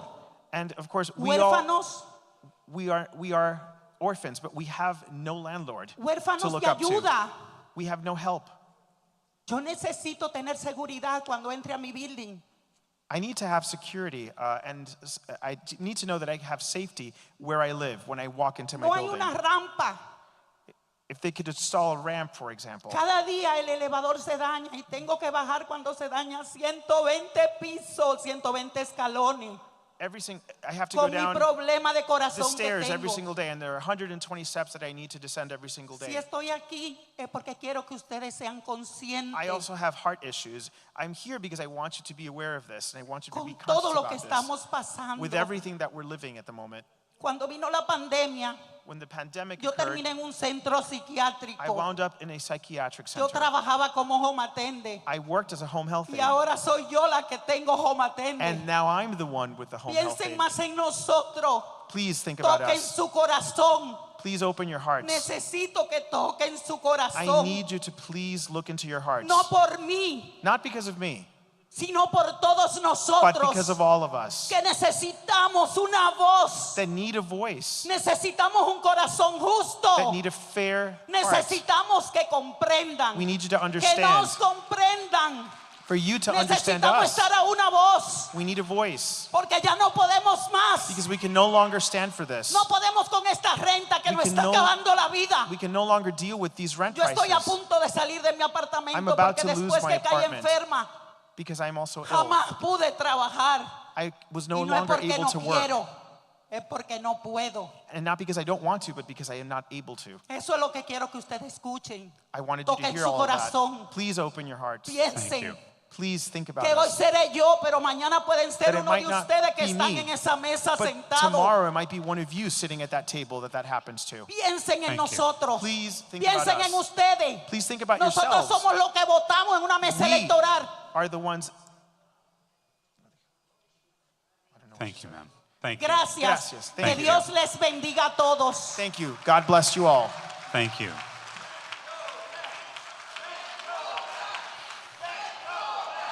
Osvaldo Valerio. Do we have Osvaldo Valerio? Okay. Our next three speakers will be Javier Perez, Rosa Munoz, and Kat Crane.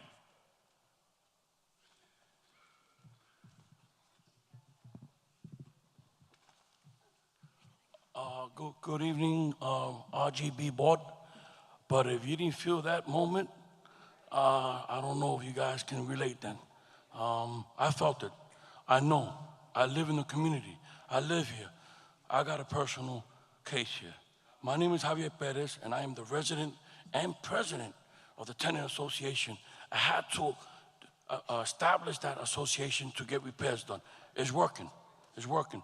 I'm here with Rosa Munoz. She's the vice president of the association. We both reside in 2 of the 3 buildings. 7 units each building equals to 21 units. 21 units of tenants who can't be here present because they're all working class. They are too busy working many hours to pay their skyrocket rents, to put food on their table. I reside in one of those 3 buildings, living with my wife and 2 daughters for 25 years. I'm here advocating for me, my vice president, and the 21 units. Now, Prana Investments is a California company, purchased these 3 buildings. Prana Investments are the new landlords.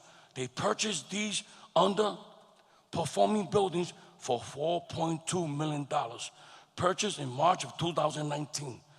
It's a California entity buying up underperforming buildings, also known as predatory equity landlords, interested only in profits. These buildings are directly across from Yankee Stadium, which stands for profit, profit, profit. I know every member of the board knows that location, location, location equals money. Profits. Prominent investment wants to knock these buildings down to build vertical,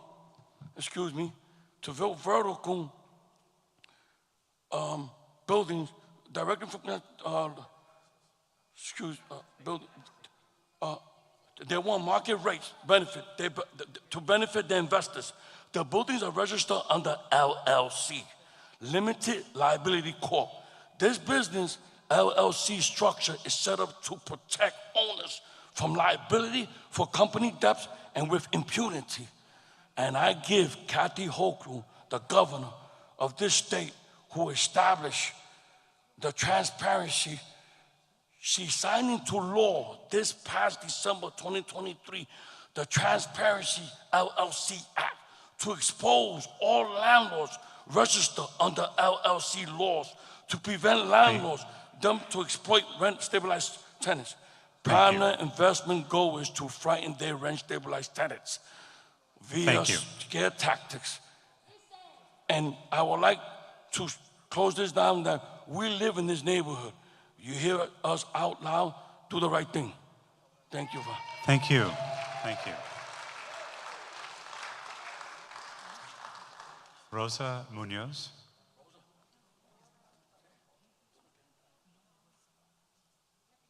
No. Okay. Thank you. Kat Crane. Hi, my name's Kat. It's good to be here. Hey, Genesis. It's been a long time. Good to see you. I know we'll get at least 1 vote, so that's great. Okay, so I'm more here to talk to you guys because realistically, they're going to do what they're going to do. And I understand that it is what it is. It's hard to work for the city of New York because you have to sort of pretend to care about the people. At the same time, the city of New York is actively making war on poor people in the working class. Department of Homeless Service was deporting homeless people to Newark, New Jersey and Irvington, New Jersey. They were using the special one-time assistance program to essentially deport homeless people so that they could no longer use their benefits. They could not apply for WIC in New York, and they were essentially stuck in Jersey. There also is, Mayor Adams is very concerned about the impact of rent on small landlords, but small landlords who own less than 10 units are only they only own 13.2% of the city's housing stock. As of 2022, they also only own 1.2% of all rent-stabilized apartments. So it's bullshit. This has nothing to do with small landlords. This has nothing to do with that. It's about who's paying for campaigns, who's giving donations to PACs, who's getting politicians elected. This has nothing to do with it has to do with the landlords pay these politicians' salaries, let's be honest. So, also, in 2023, there were 43,000 illegal Airbnbs. In the Mayor's Office of Special Enforcement, as of 2023, there were only 28 employees in charge of enforcing those regulations. So, the city is, they're dismantling NYCHA. I mean, I have a source in NYCHA maintenance who told me that they're installing boilers in each building in Marble Hill houses, because right now all the buildings are attached to 2 boilers, and they can't sell off the buildings if the buildings are all attached to 2 boilers. So the plan is to dismantle NYCHA. The plan is to end rent stabilization. I'm out of time, so I'm gonna just wrap up. I'm not here to beg these people, and I'm sure some of you want to do the right thing. I know some of you don't care. I'm not here to beg anymore. It is time for massive militant rent strikes. Every building. Fuck this shit. I'm over it. We're not paying rent. And you know what? Housing court does not have the staff to evict everyone. We could crash housing court easily. So that's it. Thank you. Thank you.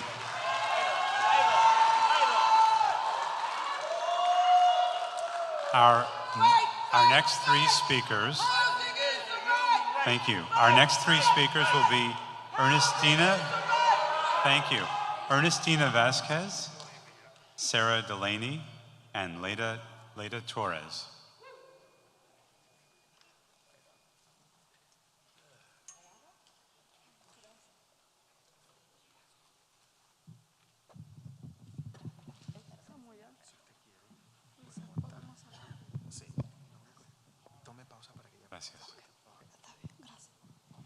Buenas noches.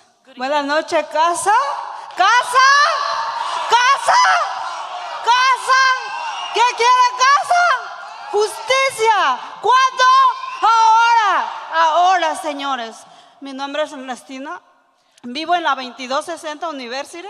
Nos encontramos hace un año en este mismo lugar, ¿verdad? Nos reconocen muy bien. What do we want? Justice. So my name is Ernestina. We met each other a year ago. We were here about a year ago.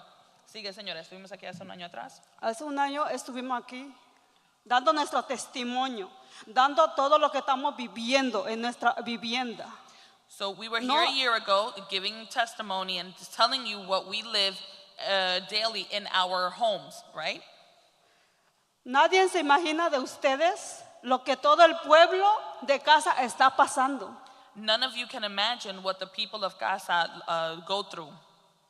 Nadie se imagina lo que hemos estado sufriendo. No one can imagine what we've been suffering. Y no nomás nosotros sufrimos, señores senadores, nuestros hijos. Algunos tienen nietos. Ustedes tienen nietos también. Or imagine what our children have been going through, or our grandchildren. Do you have grandchildren?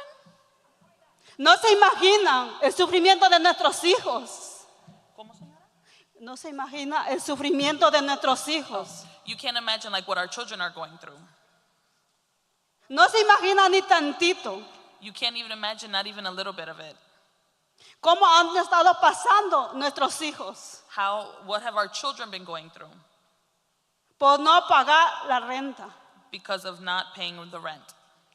Yo tengo una hija de 15 años que yo siempre me he guardado todo. I have a 15-year-old daughter that I keep things from. ¿Sabe qué pasó? And you know what happened? Le cayó una depresión. She became depressed. Porque me mira a mí como yo sufro. Because she sees how I suffer. Pero ustedes no se imaginan el dolor de una mamá. But you guys can't imagine the pain that a mother goes through. Yo voy a luchar la casa, voy a las reuniones, nunca demuestro mi dolor. I go home, I go to the meetings, but I'm never showing the pain I go through.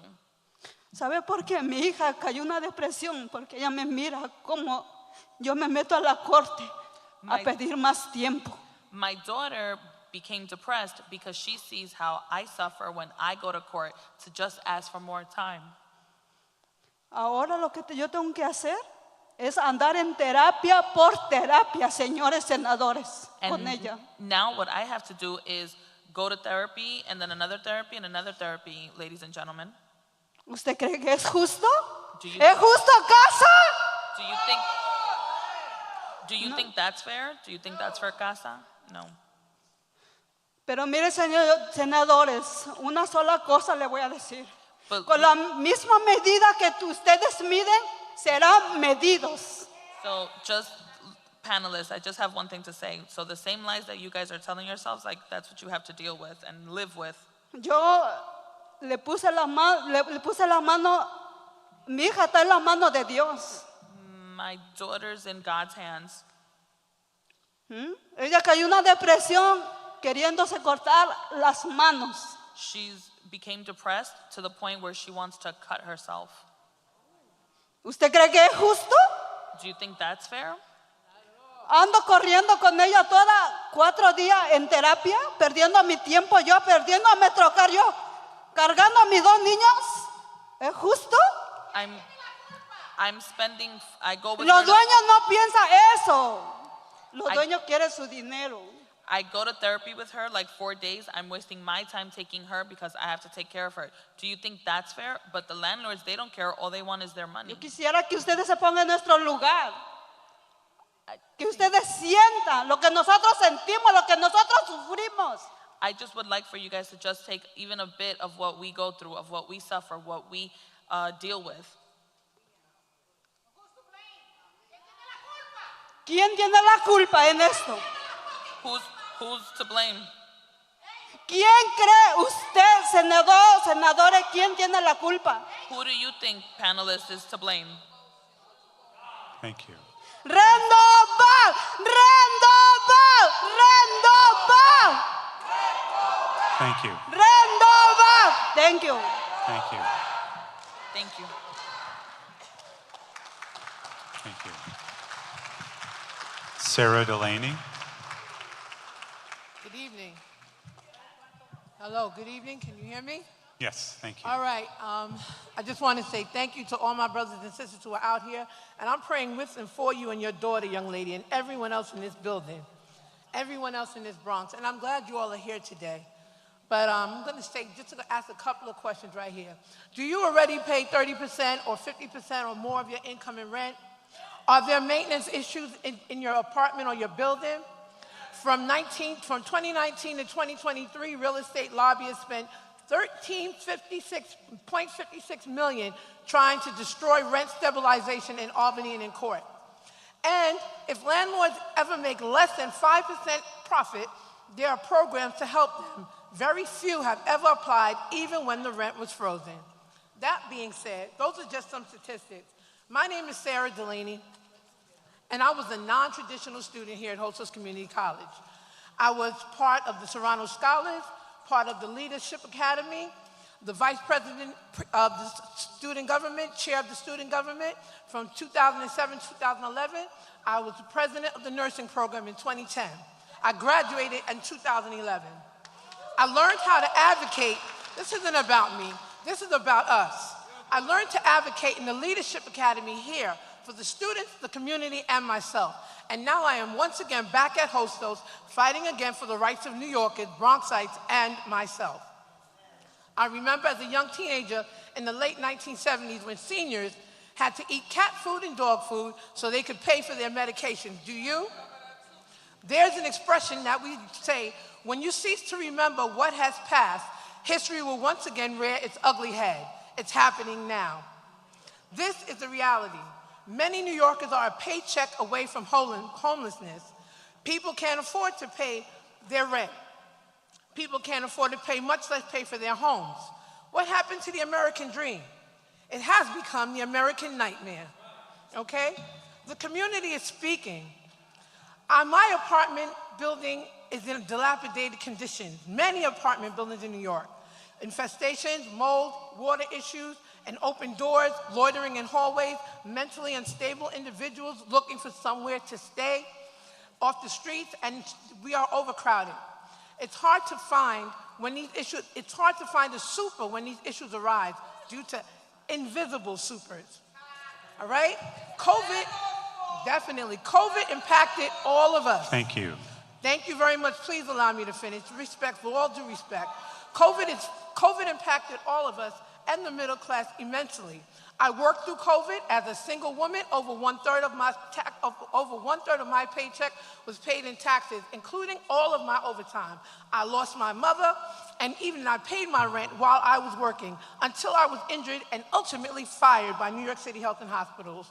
Okay? Thank you. I live in a D building with many problems, especially the elevators. There are 98 units and 7 floors with many seniors. All of us are handicapped, wheelchairs. What would happen if there were a fire 2 units down? We would all be dead, okay? The cost of living in New York City does not cover and cannot provide adequate income for the onerous cost of living and housing, medical, food, transportation, and life expenses that we must pay. There is an even greater divide between the haves and the have-nots, even when working people are suffering and cannot afford these concurrent rent increases. People are physically, mentally, emotionally, financially, and spiritually drained trying to keep up with the rising costs in New York City, especially the rent. Thank you. Many have been pushed out or on the verge of eviction due to affordable housing. Thank you, ma'am. The Bronx is the last frontier of gentrification. Stop the evictions and give us legal representation. My landlord, Wavecrest Management, is one of the largest landlords in New York City with some of the worst buildings, but yet they have been awarded a $406 million contract to do renovations and makeovers for Eastchester Gardens in the New York City PAC renovations. I find that ludicrous. And as I look around, I see so many tall buildings.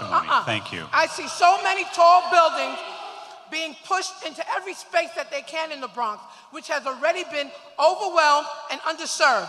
The Bronx cannot help or provide adequate services to provide safe, adequate care for hospitals, schools, and neighborhood services.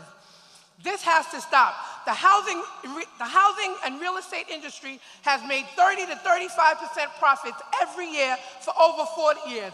No other industry can say that or has these profit margins.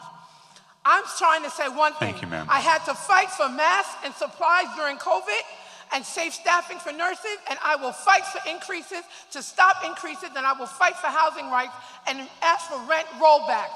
The landlords are not losing. The tenants are. The landlords are not losing. Tenants are. No more rent increases. We need a rent rollback. And my last thing is to you all. The RGB is supposed to take the consideration and the needs of the people when these decisions are being made. Please take your positions seriously. The people have spoken. No rent increases.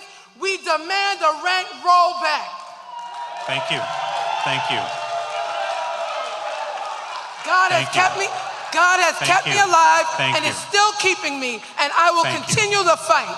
Keep climbing Jacob's ladder and keep fighting. When we fight, we win. When we fight, we win.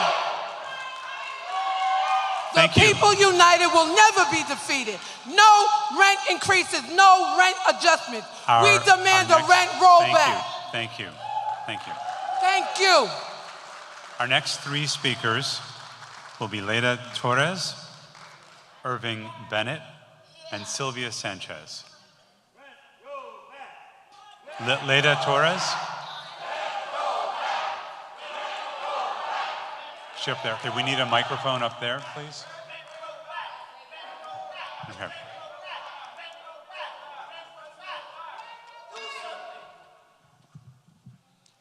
Good evening.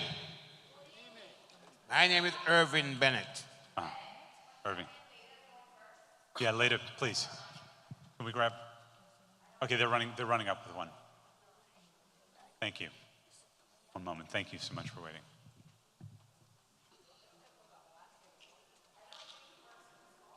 Oh. Sorry, one sec. We thought that was the guy with the microphone. One moment. Can you?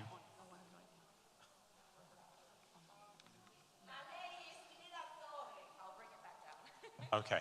Thank you. Sorry. I'm Leda Torres. Thank you, Sheila.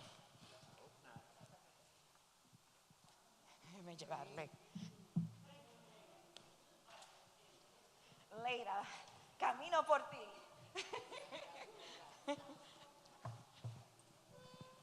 Muy buena noche. Good Mi evening. nombre es Leda Torres, soy miembro de casa. My name Estoy aquí luchando My name is Leila Torres, and I'm a member of CASA. I'm here fighting for porque nosotros los neoyorquinos de bajo ingreso no soportamos más un incremento en la renta. because us low-income New Yorkers are not going to tolerate another rent increase. ¿Por qué? La inflación está muy alta. Tenemos otras cosas de prioridad y no podemos pagarla porque no nos alcanza. La renta no absorbe todos. Yo Inflation soy is una too high, persona and we ya have que other tengo priorities, and rent is just, it's too high. Tengo 65 años y por mi incapacidad de salud no puedo trabajar. I'm Y no 65 years puedo- old because of my disability and my health issues. I cannot work, Y no puedo pagar más un aumento de la renta. and I can't continue paying increases in rent. Siento que nosotros, lo del Bronx, somos gente trabajadora. I feel that us residents of the Bronx are hardworking people. Y que no merecemos ser discriminados. Y And yo we siento que somos discriminados, que somos echados a un lado, que se nos ha olvidado. And we don't deserve to be discriminated against. Y I que feel that we are discriminated against. We are pushed to the side. We're just left out on the side. Y como ustedes tienen un techo seguro, también nosotros lo necesitamos. And the Estamos same way you guys have a safe housing situation, we deserve that as well. Estamos pasando por muchas situaciones difíciles. We're going through many difficult situations. Estoy hablando también por mi compañero del Bronx, que viven en situaciones muy deplorables. I'm also talking about all my fellow Bronx residents that also live in deplorable conditions. Y necesitamos que ustedes se le toque el corazón. And we y need que for you guys to piensen feel your heart que no podemos pagar a un aumento más de la renta. and understand that we Por cannot pay for favor. another rent increase. Please, Por favor, tomen en cuenta eso. please Que take that into consideration. Así como hay muchas personas en mi situación, The same way Ustedes that there are many pueden hoy- people in my similar situation, no van a tener para pagar su renta, y a dónde vamos a parar, a la calle. they're not going to have money to pay their rent, and where are they going to wind up? Out on the streets. O quizá caer en un shelter o desplazarlo. Or maybe in some shelter or just displaced. Y vamos a luchar por aquellos que no pueden subir la voz, que no están aquí And we're para gonna- hablar. Y en representación de ellos yo estoy hablando aquí para que ustedes tomen en cuenta las necesidades que nosotros tenemos, la And- gente del Bronx. Y muchas gracias. And we're also going to take, and we're also here fighting for the other people that do not have a voice or could not be here. So we're representing them, and I want you to take that into account for all the residents of the Bronx. Thank you. Gracias.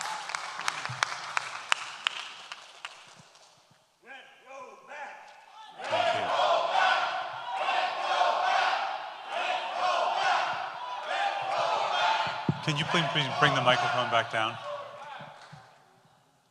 Okay, great. Thank you, Sheila. Good evening. My name is Irvin Bennett. And I want to talk about the condition what you hear about before. I know all of you up there are investors. Please put people before profit. You all invest in buildings. You all come here this evening exactly know how much you're going to raise the rent. Think about the people who, the children of this city. Eviction affect communities. I've lived in my building for 33 years. I see a lot of residents let go because of eviction. The children leave school, leave their community in shelters. Please, please look in your heart and stop put profit over people. We talk about our next generation, who this is affected. Our seniors who work all their life in this city and now they are getting evicted. That's not right. That's not right for you to put your investment over people. You make all of you there. My landlord owns 185 buildings. His association is traded every day on tax market. Other landlords building is the stock market, making money, and you guys are using to make the money. Stop put profit over people. We are crying out to you this evening. Don't raise the rent. We come here for the past 5 years and coming here, and you keep raising rent every time. Please give us a rent roll back.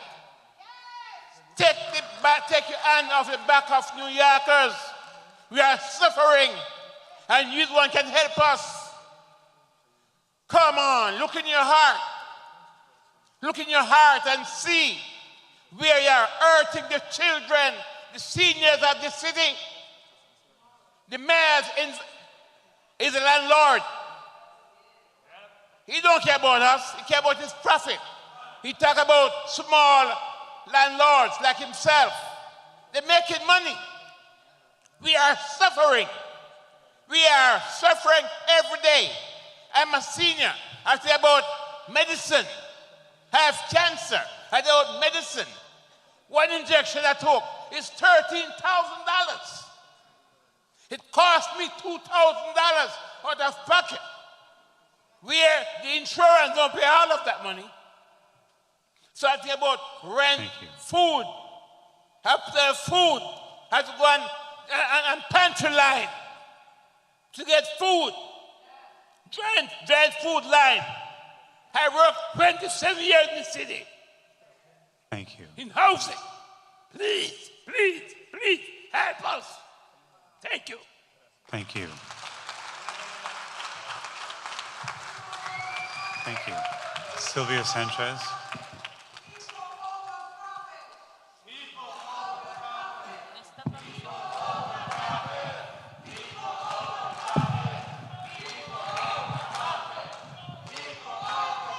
Thank you. Please, go ahead. Thank you. Hola, muy buenas noches a todos. Good evening to everybody. Me llamo Silvia Sánchez. Soy miembro de casa. I'm Sylvia Sanchez, a member of CASA. Y soy inquilina de renta estabilizada. And I'm a rent-stabilized tenant.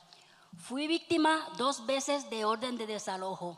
I was a victim on 2 occasions of eviction orders. Pero gracias a Dios no se ejecutó. But thank God it did not go through, wasn't executed.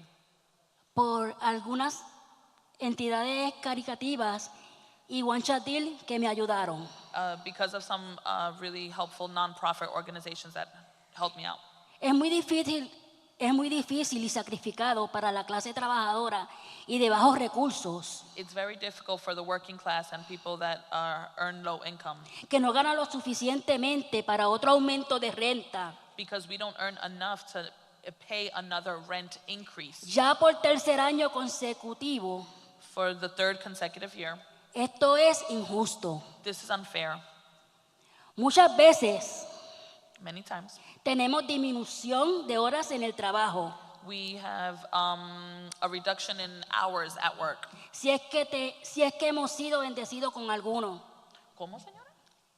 Si es que hemos sido bendecidos con alguno. Oh, even if we've been blessed to have a job. Falta de vivienda realmente asequible. And we also have a lack of accessible, housing. Basado en la situación actual del costo de vivienda y la inflación. Add to that the cost of the increase in inflation. Sentimos incertidumbre. We feel uncertainty. Inseguridad.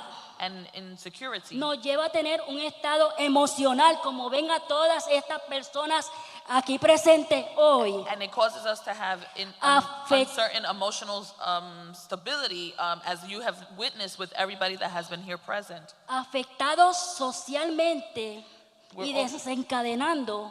We're also socially affected as well. Intensidad de sentimientos altos. And we have certain feelings about that. Tales como miedo. Such as we feel scared. Temor.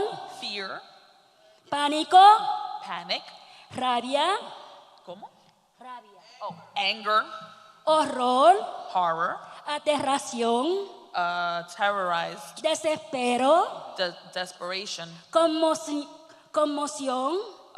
just commotion, tristeza sadness, e inestables, and instability. causando problemas mayores de depresión, And these cause high amounts of like depression, ansiedad, anxiety, entre otras enfermedades más a nuestra salud y vida. among other illnesses that affect our health and our life. Mucha preocupación perjudicando a las comunidades en general. And it's this constant worry that is affecting pretty much general population. Aunque ustedes no están a favor de nosotros, Even though you guys are not in our favor, estamos instándolos y exigiendo a un llamamiento posible we're all here demanding a rollback or not an increase. de consideración y empatía And we're asking you to take us into consideration and to have some empathy hacia nosotros los inquilinos, towards us, the tenants, porque nos están discriminando because you're discriminating Y esa la against us. y esa la clase hispana, negro, africanoamericana, And it's mostly the black population, the Latino population, the Mexican population, y de bajos recursos. and people that earn low income. Esto es un abuso y descontento que se está cometiendo ya por tercera vez. This is an abuse that has been occurring, and this is the third time En estos últimos 3 años. during these last 3 years. Nos quieren subir la renta, You want to raise our rent, pero nada que ver con reparaciones y arreglos but there's nothing to do with regarding repairs and fixing things a nuestros edificios. in our buildings. Y esto es And this is para poder aumentarle más dinero so that you can increase and give more money to a los ya ricos. the people that are already rich. Su avaricia y afán al dinero, And people that don't have the money, como dijo la dama anteriormente, like the lady said before, no los va a dejar llegar al reino de los cielos.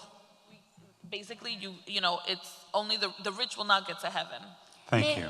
No he terminado. No, I'm not mejor, done. mejor pasará el camello y ellos se quedarán. Eso está en Marcos 10:25. Thank you.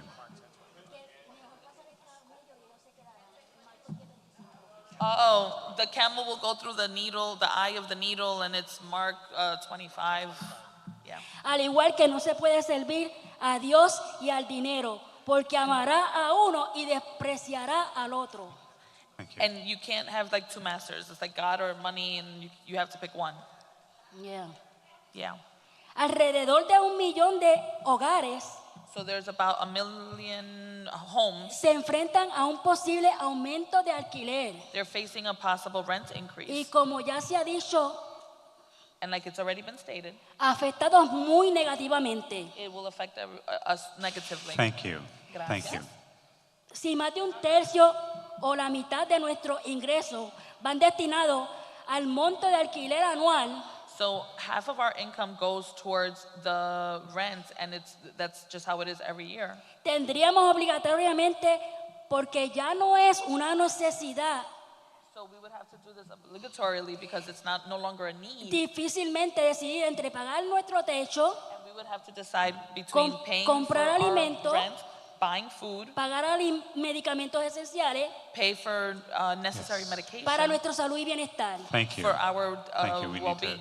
Una de cada 3 personas 1 out of 3 people tiene que pagar más de la mitad de sus ingresos has to pay more than half their income para poder pagar la renta. in order to pay the rent. Este aumento So this increase del 2 al 4% to the 2 to 4% en contratos de 1 año y al 4.6 the y al, 1-year leases, y al 4 al Please wrap up your 6.5% de 2 testimony. Thank años, and the 4 to 6% ya es demasiado. for the 2-year leases is too much.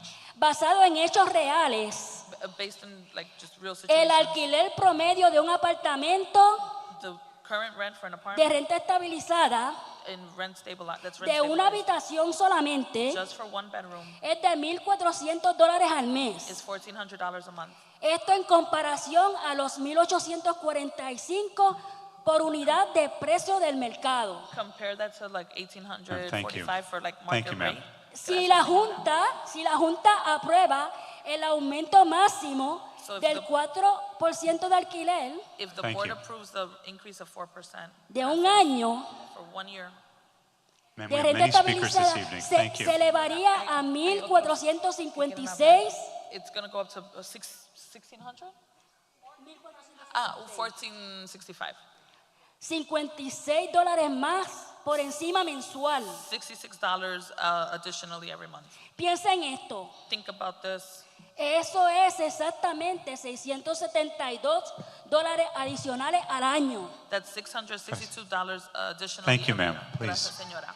Una suma muy significativa para familias de bajos ingresos. That's a really high amount for people that, for a family that's low income. Los propietarios The landlords, no se conforman ya they're no longer satisfied con las grandes ventajas y beneficios with these dilapidated buildings. And we have many speakers this evening. Thank you. que tienen del tío San IRS, That they want their rent increased. los fondos federales obtenidos, programas gubernamentales And we have many problems e occurring. incentivos recibidos, And we don't know how to fix Además, them. Plus, de otras ayudas monetarias que reciben de entidades caritativas, we also get some type of help from like sin these fines nonprofit de lucro, organizations. cuando acudimos a ellos para alguna ayuda. We go to them and they help us for help. Según los reportes del estado de Nueva York, Please, thank you. óigame, Hold on. According to, there's a report in New York. han obtenido valores de pago de ERAP Had to pay for EWA. 3.47 billones en rentas atrasadas For a high amount of money for rent. y renta prospectiva. And competitive rents. En gastos de utilidades, And utility costs, 143 millones. 143 million. Fondos de IRA del Estado por mes por más del There 80% are many de other mi speakers año. this evening, ma'am. Thank you. Please 48 try to wrap up your millones. testimony. Thank you. That's ERAP. Programas de asistencia de renta al propietario, IRA, So ERAP is the program for rental help. 298 millones. 298 million. El presupuesto fiscal 2024 del Estado de Nueva York And there's a report from 2024 in New York. especifica más de 350 millones en fondos Ma'am, I'm going to have to adicionales. ask you to please wrap up your testimony. Thank you. There are many speakers this evening. ¿Podría alguien contestar eso? Okay, 1 second. Oigan esto, Thank you, el ma'am. peor casero es Daniel Shalom. Actualmente está preso. Somebody, Shalom, who's incarcerated Sí, por acosar sus inquilinos, for harassing tenants, falsificación de registro, falsifying registrations, de construcción y hasta de poner en peligro la Thank you, vida ma'am. de un niño. constructions, and endangering the welfare of a child, Forjaba a sus inquilinos, and harassing tenants, manteniéndolos a vivir en condiciones deplorables having them living there under deplorable conditions inimaginables. and unimaginable ones. Largos periodos de Ma'am, tiempo please, I sin really need calefacción you o agua to please caliente. wrap up your testimony. We have many other speakers No, this evening, oigan, no and me you're quieren taking escuchar time from porque everyone estoy else. hablando Thank you. la verdad. Estoy hablando la verdad. I'm Estoy telling you hablando the la truth. verdad. I'm telling you the Esto no me lo truth. estoy inventando yo. I'm not making any of this out. Este propietario incumplió más de 400 órdenes de arreglo en 2 de sus edificios. This landlord violated 100 and plus orders to make repairs in the buildings. La mayoría de estos propietarios son dueños de edificios en zonas menos favorecidas. Landlords, they have other Okay. buildings. They Thank have you. tons of other buildings. Muchas gracias. Thank you very much.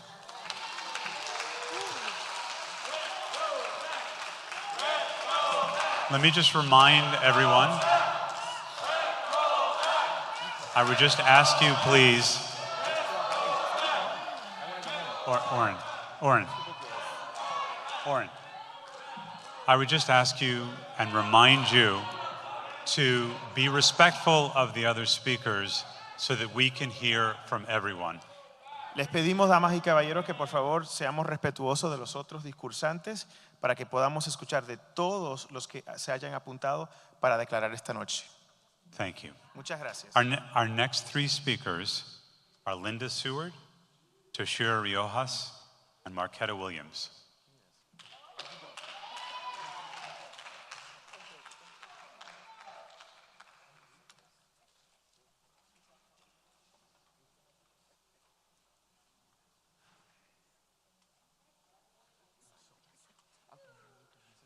Ms. Seward?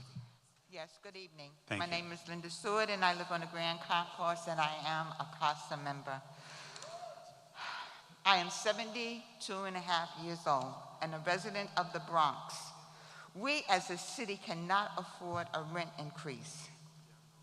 Have you walked or rode through the streets of some of the boroughs where you're trying to increase the rent? Because if you did, you would see a lot of people laying around because they're homeless. The city has made many people homeless. I have lived on the Grand Concourse for 40 years, and my landlord does not take care of his properties that he owns, okay? And he has property in 5 states, 5 states. We have rodents running rampant, mold growing like a garden, leaks like a shower, and the building stinking like a garbage truck. Filthy, dirty hallways and staircases, and you want to give them an increase? I don't think so. They don't even employ enough people to keep the buildings clean, okay? My building has 2 elevators. One goes up to the penthouse, 168 apartments. It's a large building. One elevator has been out since May 17th, okay? May 17th, and you know what today's date is, okay? It's 12 floors. The second elevator, since that one's out, has been out twice. Lady coming home from the hospital on a stretcher, and the EMTs can't figure out how to get her up to the 10th floor. That's sad. And the landlord knows because people have been calling 311, but they don't care, okay?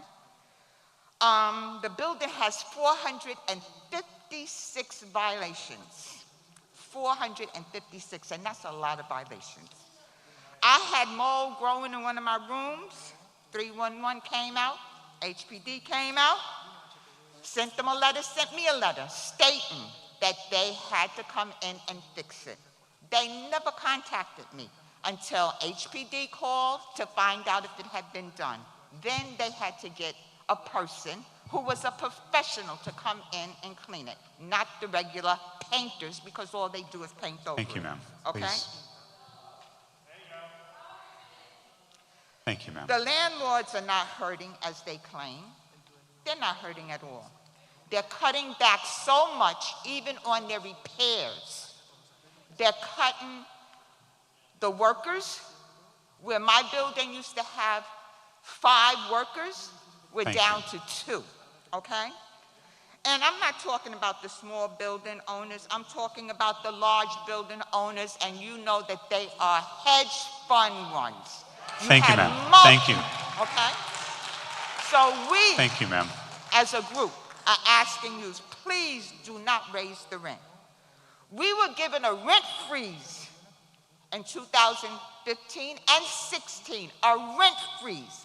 I know that if we could do that, if they could do that, a rent freeze, Thank you, ma'am. that you could roll it back. So we'll take Thank you. either one, a rent freeze or a rent roll back. Thank you. Thank you. Thank you.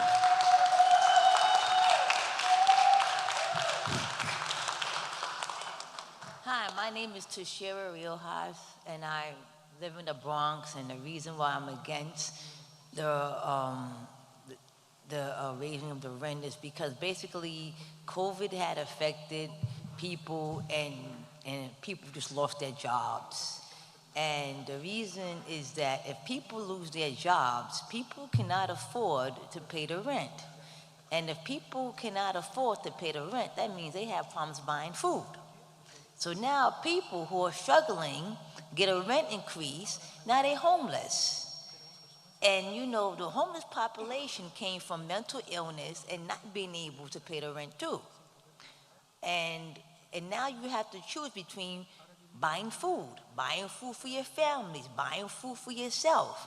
And now it's like telling people just to take $1 and to stretch that from $1 just to $20.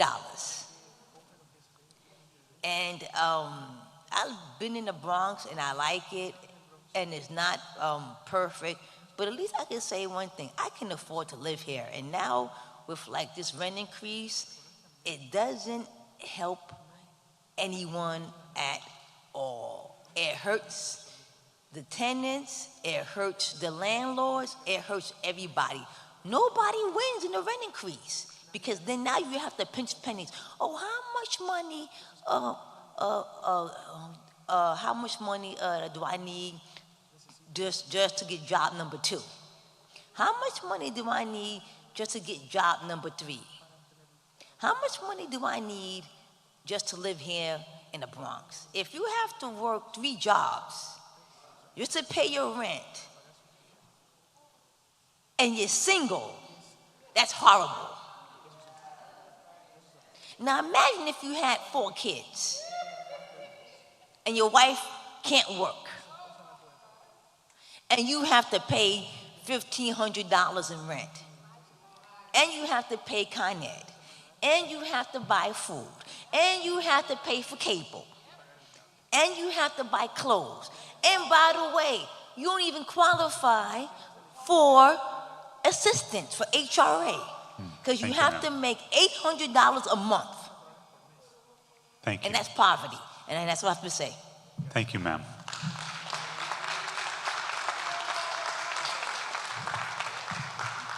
Marquetta Williams, thank you. Hello, how you doing? Good evening, board. Thank you for coming out tonight. I'm out here representing the disabled. I'm representing the elderly. I am not myself disabled. I am not myself elderly. I am young. I am a nurse. I graduated from this very school. I'm out here representing CASA and everybody else that got problems in their house. We're not going to talk about the problems because you already know them. The problem is actually that we got working class people out here. We got veterans people out here. We got people who go to work every day, can't afford the rent. Why? Because it wants to be increased. Landlords got to get with, the services they need too. They under a lot of pressure. They got to get energy efficient buildings. We understand that. But the people of New York, we can't even afford a box of cereal because it's $10 for a box of cereal. Like the people said, these people out here got to buy diabetes medication. They can't afford a rent increase. These people don't got wheelchair accessibility in their buildings. They sitting out here 75 years old with 3 jobs just to pay the rent. Ladies and gentlemen, we are just asking you for a little compassion because veterans shouldn't be working this hard. 70-year-olds, there's a few 70-year-olds that came out on this stage today telling you that they work in 3 jobs. Single people. There's families out here telling you that her daughter got depressed and want to cut herself and die because her mother can't afford to pay the rent. You got to pay rent, you got to pay food, you got to pick one. The MTA going up. Everything is going up. And now the rent is going up too. The landlords get breaks. The tenants don't get breaks. The landlords get tax, breaks, and they get, okay, here's $200 to fix, but they're not fixing. These people living in squalor. Their elevators don't work. The lady live on the 100th floor, can't get home from the hospital. People can't get up with their groceries. Please consider when you're going home tonight, it's very late, that these people came, they sitting out here, they work. Please consider a lower increase or a no increase or a rent freeze. Let's do something that works for the tenants and the landlords. Thank you for your time. Thank you. Thank you.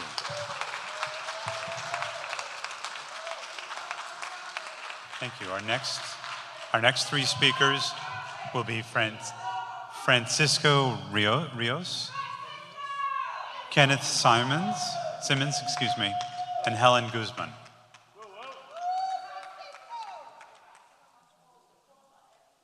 Thank you.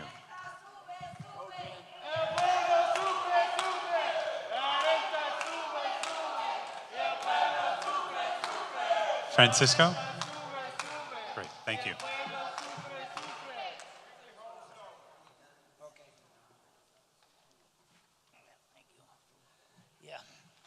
Okay. Hello, guys. Ladies and gentlemen, hello. Listen, I'm going to make it short and sweet, okay? Most of these people here, they're all letting y'all know exactly what's going on in the city of New York, okay? and that's the landlords. The landlords, they don't care really about us tenants. They don't, everybody's here complaining. Everybody's here is telling y'all what's going on. I know you've taken your time here to listen to everybody, right? That's good, that's great. You came out here. But like the young lady said just before me, when y'all go home, you'll listen and remember the most important things that were said here today. And one of the things is the landlords and the buildings, the way they are being treated. There's no supers in the buildings. In my buildings, there's no super. We don't have a super to take care of our building. I live in 1001 Woody Crest Avenue. Yeah. And you could see it in the news every day. People complaining, tenants complaining, rats, molding, all kinds of stuff inside the apartments. Buildings being torn down, falling down, like the one on Tremont Avenue. How far, how long, what is it gonna take? More buildings to crumble? Because they're not taking care of the buildings. They're not taking care of the apartments. They're not taking care of the hallways. They're not taking care of any kind of the buildings here. So what is it gonna take for you guys to listen and understand? We don't want, okay, rent increase, that's rent increase. How are we gonna pay this rent increase? Making at a $16, what's the minimum wage? $16 an hour, 40 hours a week. That's $640 a week. And if you take taxes, that's $550 a week. And if you add that by 4 weeks, that's $2,200 a month. Like the lady was saying over here. You pay $1,400, $1,500 a month. Thank you. So how are you gonna pay your rent? Thank you. It's impossible. Then the cable and the Con Edison, there's no way. We can't afford another rent increase. We can't afford it. Thank you. Okay? Thank you. And the landlords, please, the landlords. Thank you.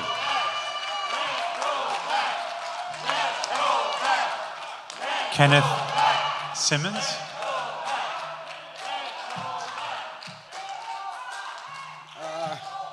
Good evening, ladies and gentlemen. In the name of the Almighty, the merciful benefactor, the merciful Redeemer.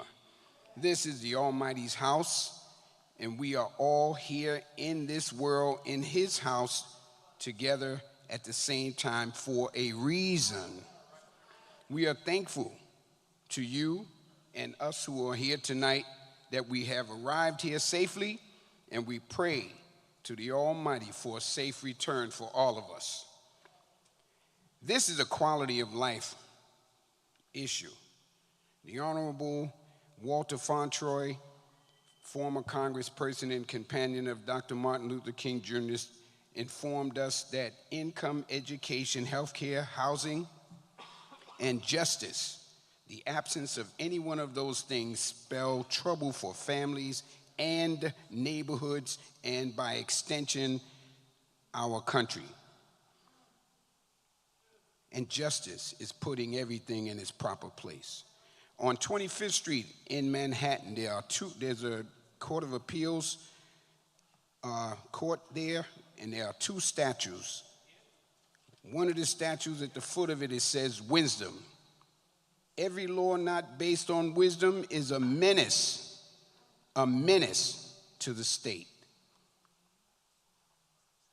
On 60th Street, 60 Center Street at the state Supreme Court, it says the true administration of justice is the firmest pillar of good government. We are asking you to use your power to prevent any increase. In fact, we would encourage a rent rollback. All of us are here today advocating for that because we do understand it's a quality of life concern. We are hurting right now, and I'm sure you know this. And if you don't know this, we're here to tell you. And please, don't take it to heart. Some of us have expressed ourselves in certain kinds of ways, and we pray that you don't take that to heart. Hear us, please. Thank you. Do justly. Love mercy. Walk humbly with the Almighty, and love your neighbor as you love yourself. Thank you very much for listening. Thank you. Thank you very much.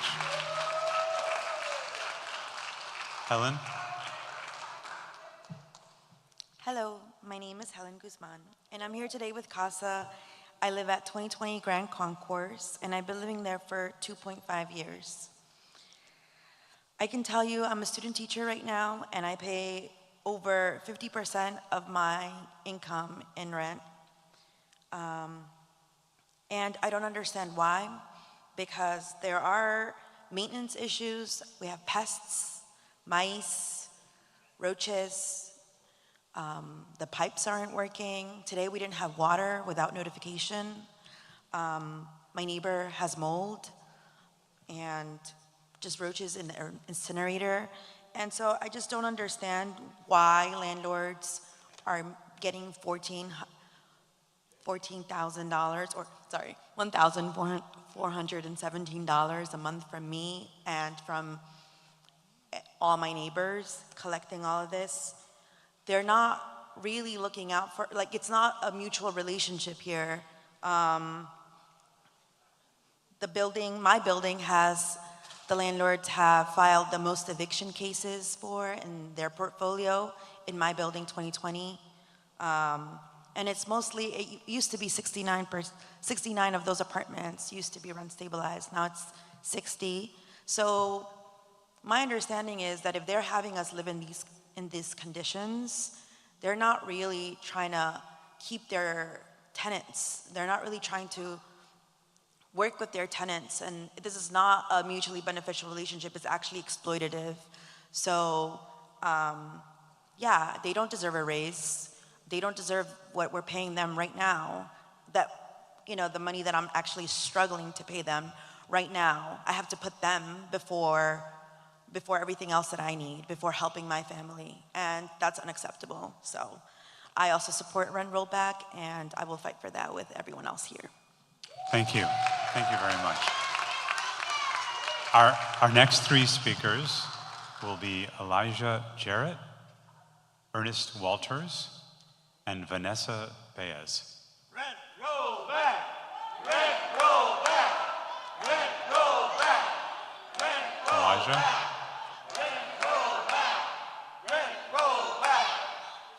Is Mr. Walters still here?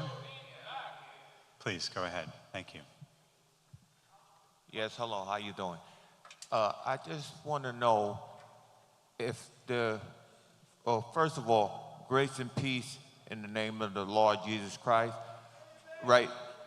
I want to know if you raise the rent and the people can't pay the rent, what happens to the people? That's number one. Number two, if mold is in the apartment, the molds come from leaking water that's dripping all over the place and stuff like that. It's called infestation. What about if kids come to visit or people, the mold can hurt them in their lungs or in their bodies or whatever. So what happens if the ceiling from the bathroom falls down and the person gets hurt or whatever? Who's responsible for all of these negative things that can happen to a person? That's all I'm asking. All this rent rollback and all that stuff like that, what happens to a person who, because of the landlord's insufficiency or negligence, loses their life in their apartment because of something that happened because of them? And all of the repairs, see, you all want a rent increase, and that might be fine. But then what about the things that never get done and they get an increase, but the things that need to get fixed or get done, never get fixed, never get done. So that's all I'm saying, that who's going to be responsible or who's going to own up to the fact that people might die in situations? Who's going to be responsible for that? Thank you. Thank you.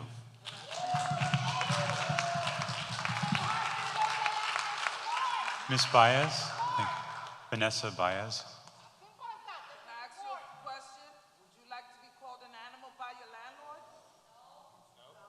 Our next three speakers then will be Socorro Rodriguez, Martina Rivera, and Lucy Arroyo. Socorro Rodriguez, Martina Rivera, and Lucy Arroyo.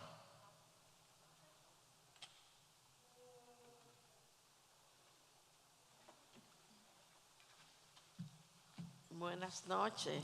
Good evening, all. Socorro Rodriguez. My name is Socorro Rodriguez.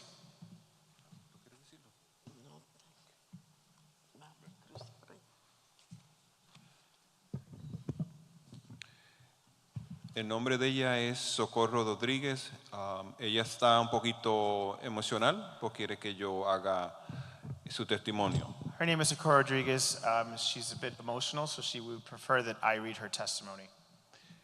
Yo vivo en el 311 este de la 193 en el Bronx. I live at 311 East 193rd Street in the Bronx.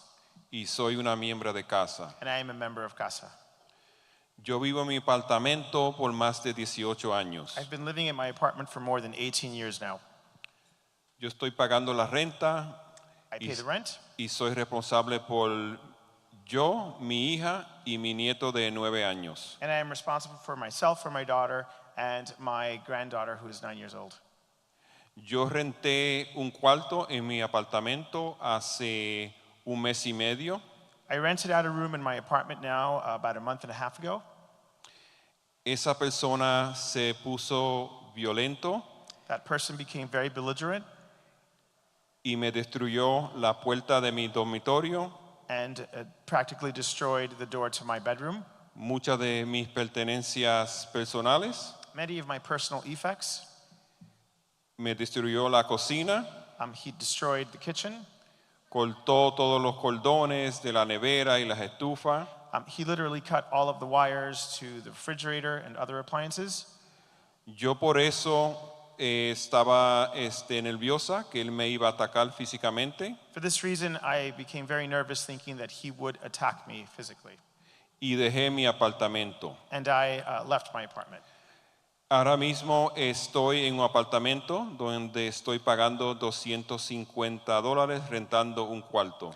At the moment, I am in another apartment where I am renting out a room for $250. Yo tuve que empezar un caso en la corte contra él para tratar de sacarlo del apartamento y volver yo para atrás a mi apartamento. I had to file a case in court so that he would be removed from the premises and then I could go back to my apartment. Ahora el casero empezó un caso de desalojo contra mí porque no ha podido pagar mi apartamento donde yo vivía antes. And of course now the landlord has started a case against me for not paying the rent because I was unable to pay the rent while I was out of my apartment. Yo ahora apliqué para un one-shot deal y estoy esperando a ver si me aprueban para poder pagar mi deuda. At the moment, I'm waiting because I applied for a one-shot deal, and I would like to see if I will be eligible for them to pay all of the back rent. Yo pienso que no merezco vivir así. I don't believe that I deserve to live this way. Pienso que la ciudad debe de ayudar a esta persona y conseguirle otro apartamento. I believe that the city should help people like this and to find another apartment for them. Pero yo necesito estar en mi apartamento lo más pronto posible. However, I need to be in my apartment as soon as possible. Nosotros merecemos eso. We deserve that. Y nosotros merecemos una reducción de renta. And we also deserve a rent rollback. Muchas gracias. Thank you so very much. Thank you very much. Muchas gracias. Martina Rivera. Martina Rivera. Okay. Lucy Arroyo. She left. She left, okay. Thank you, everyone, for joining us. Very much appreciate hearing your testimony. Muchísimas gracias con todos por habernos dado su testimonio esta noche. Do I have a motion to adjourn? Tengo una moción para cerrar la sesión. Second? Segundo. We are adjourned. Thank you. Hemos terminado, hemos concluido. Se levanta la sesión. Gracias. Thank you.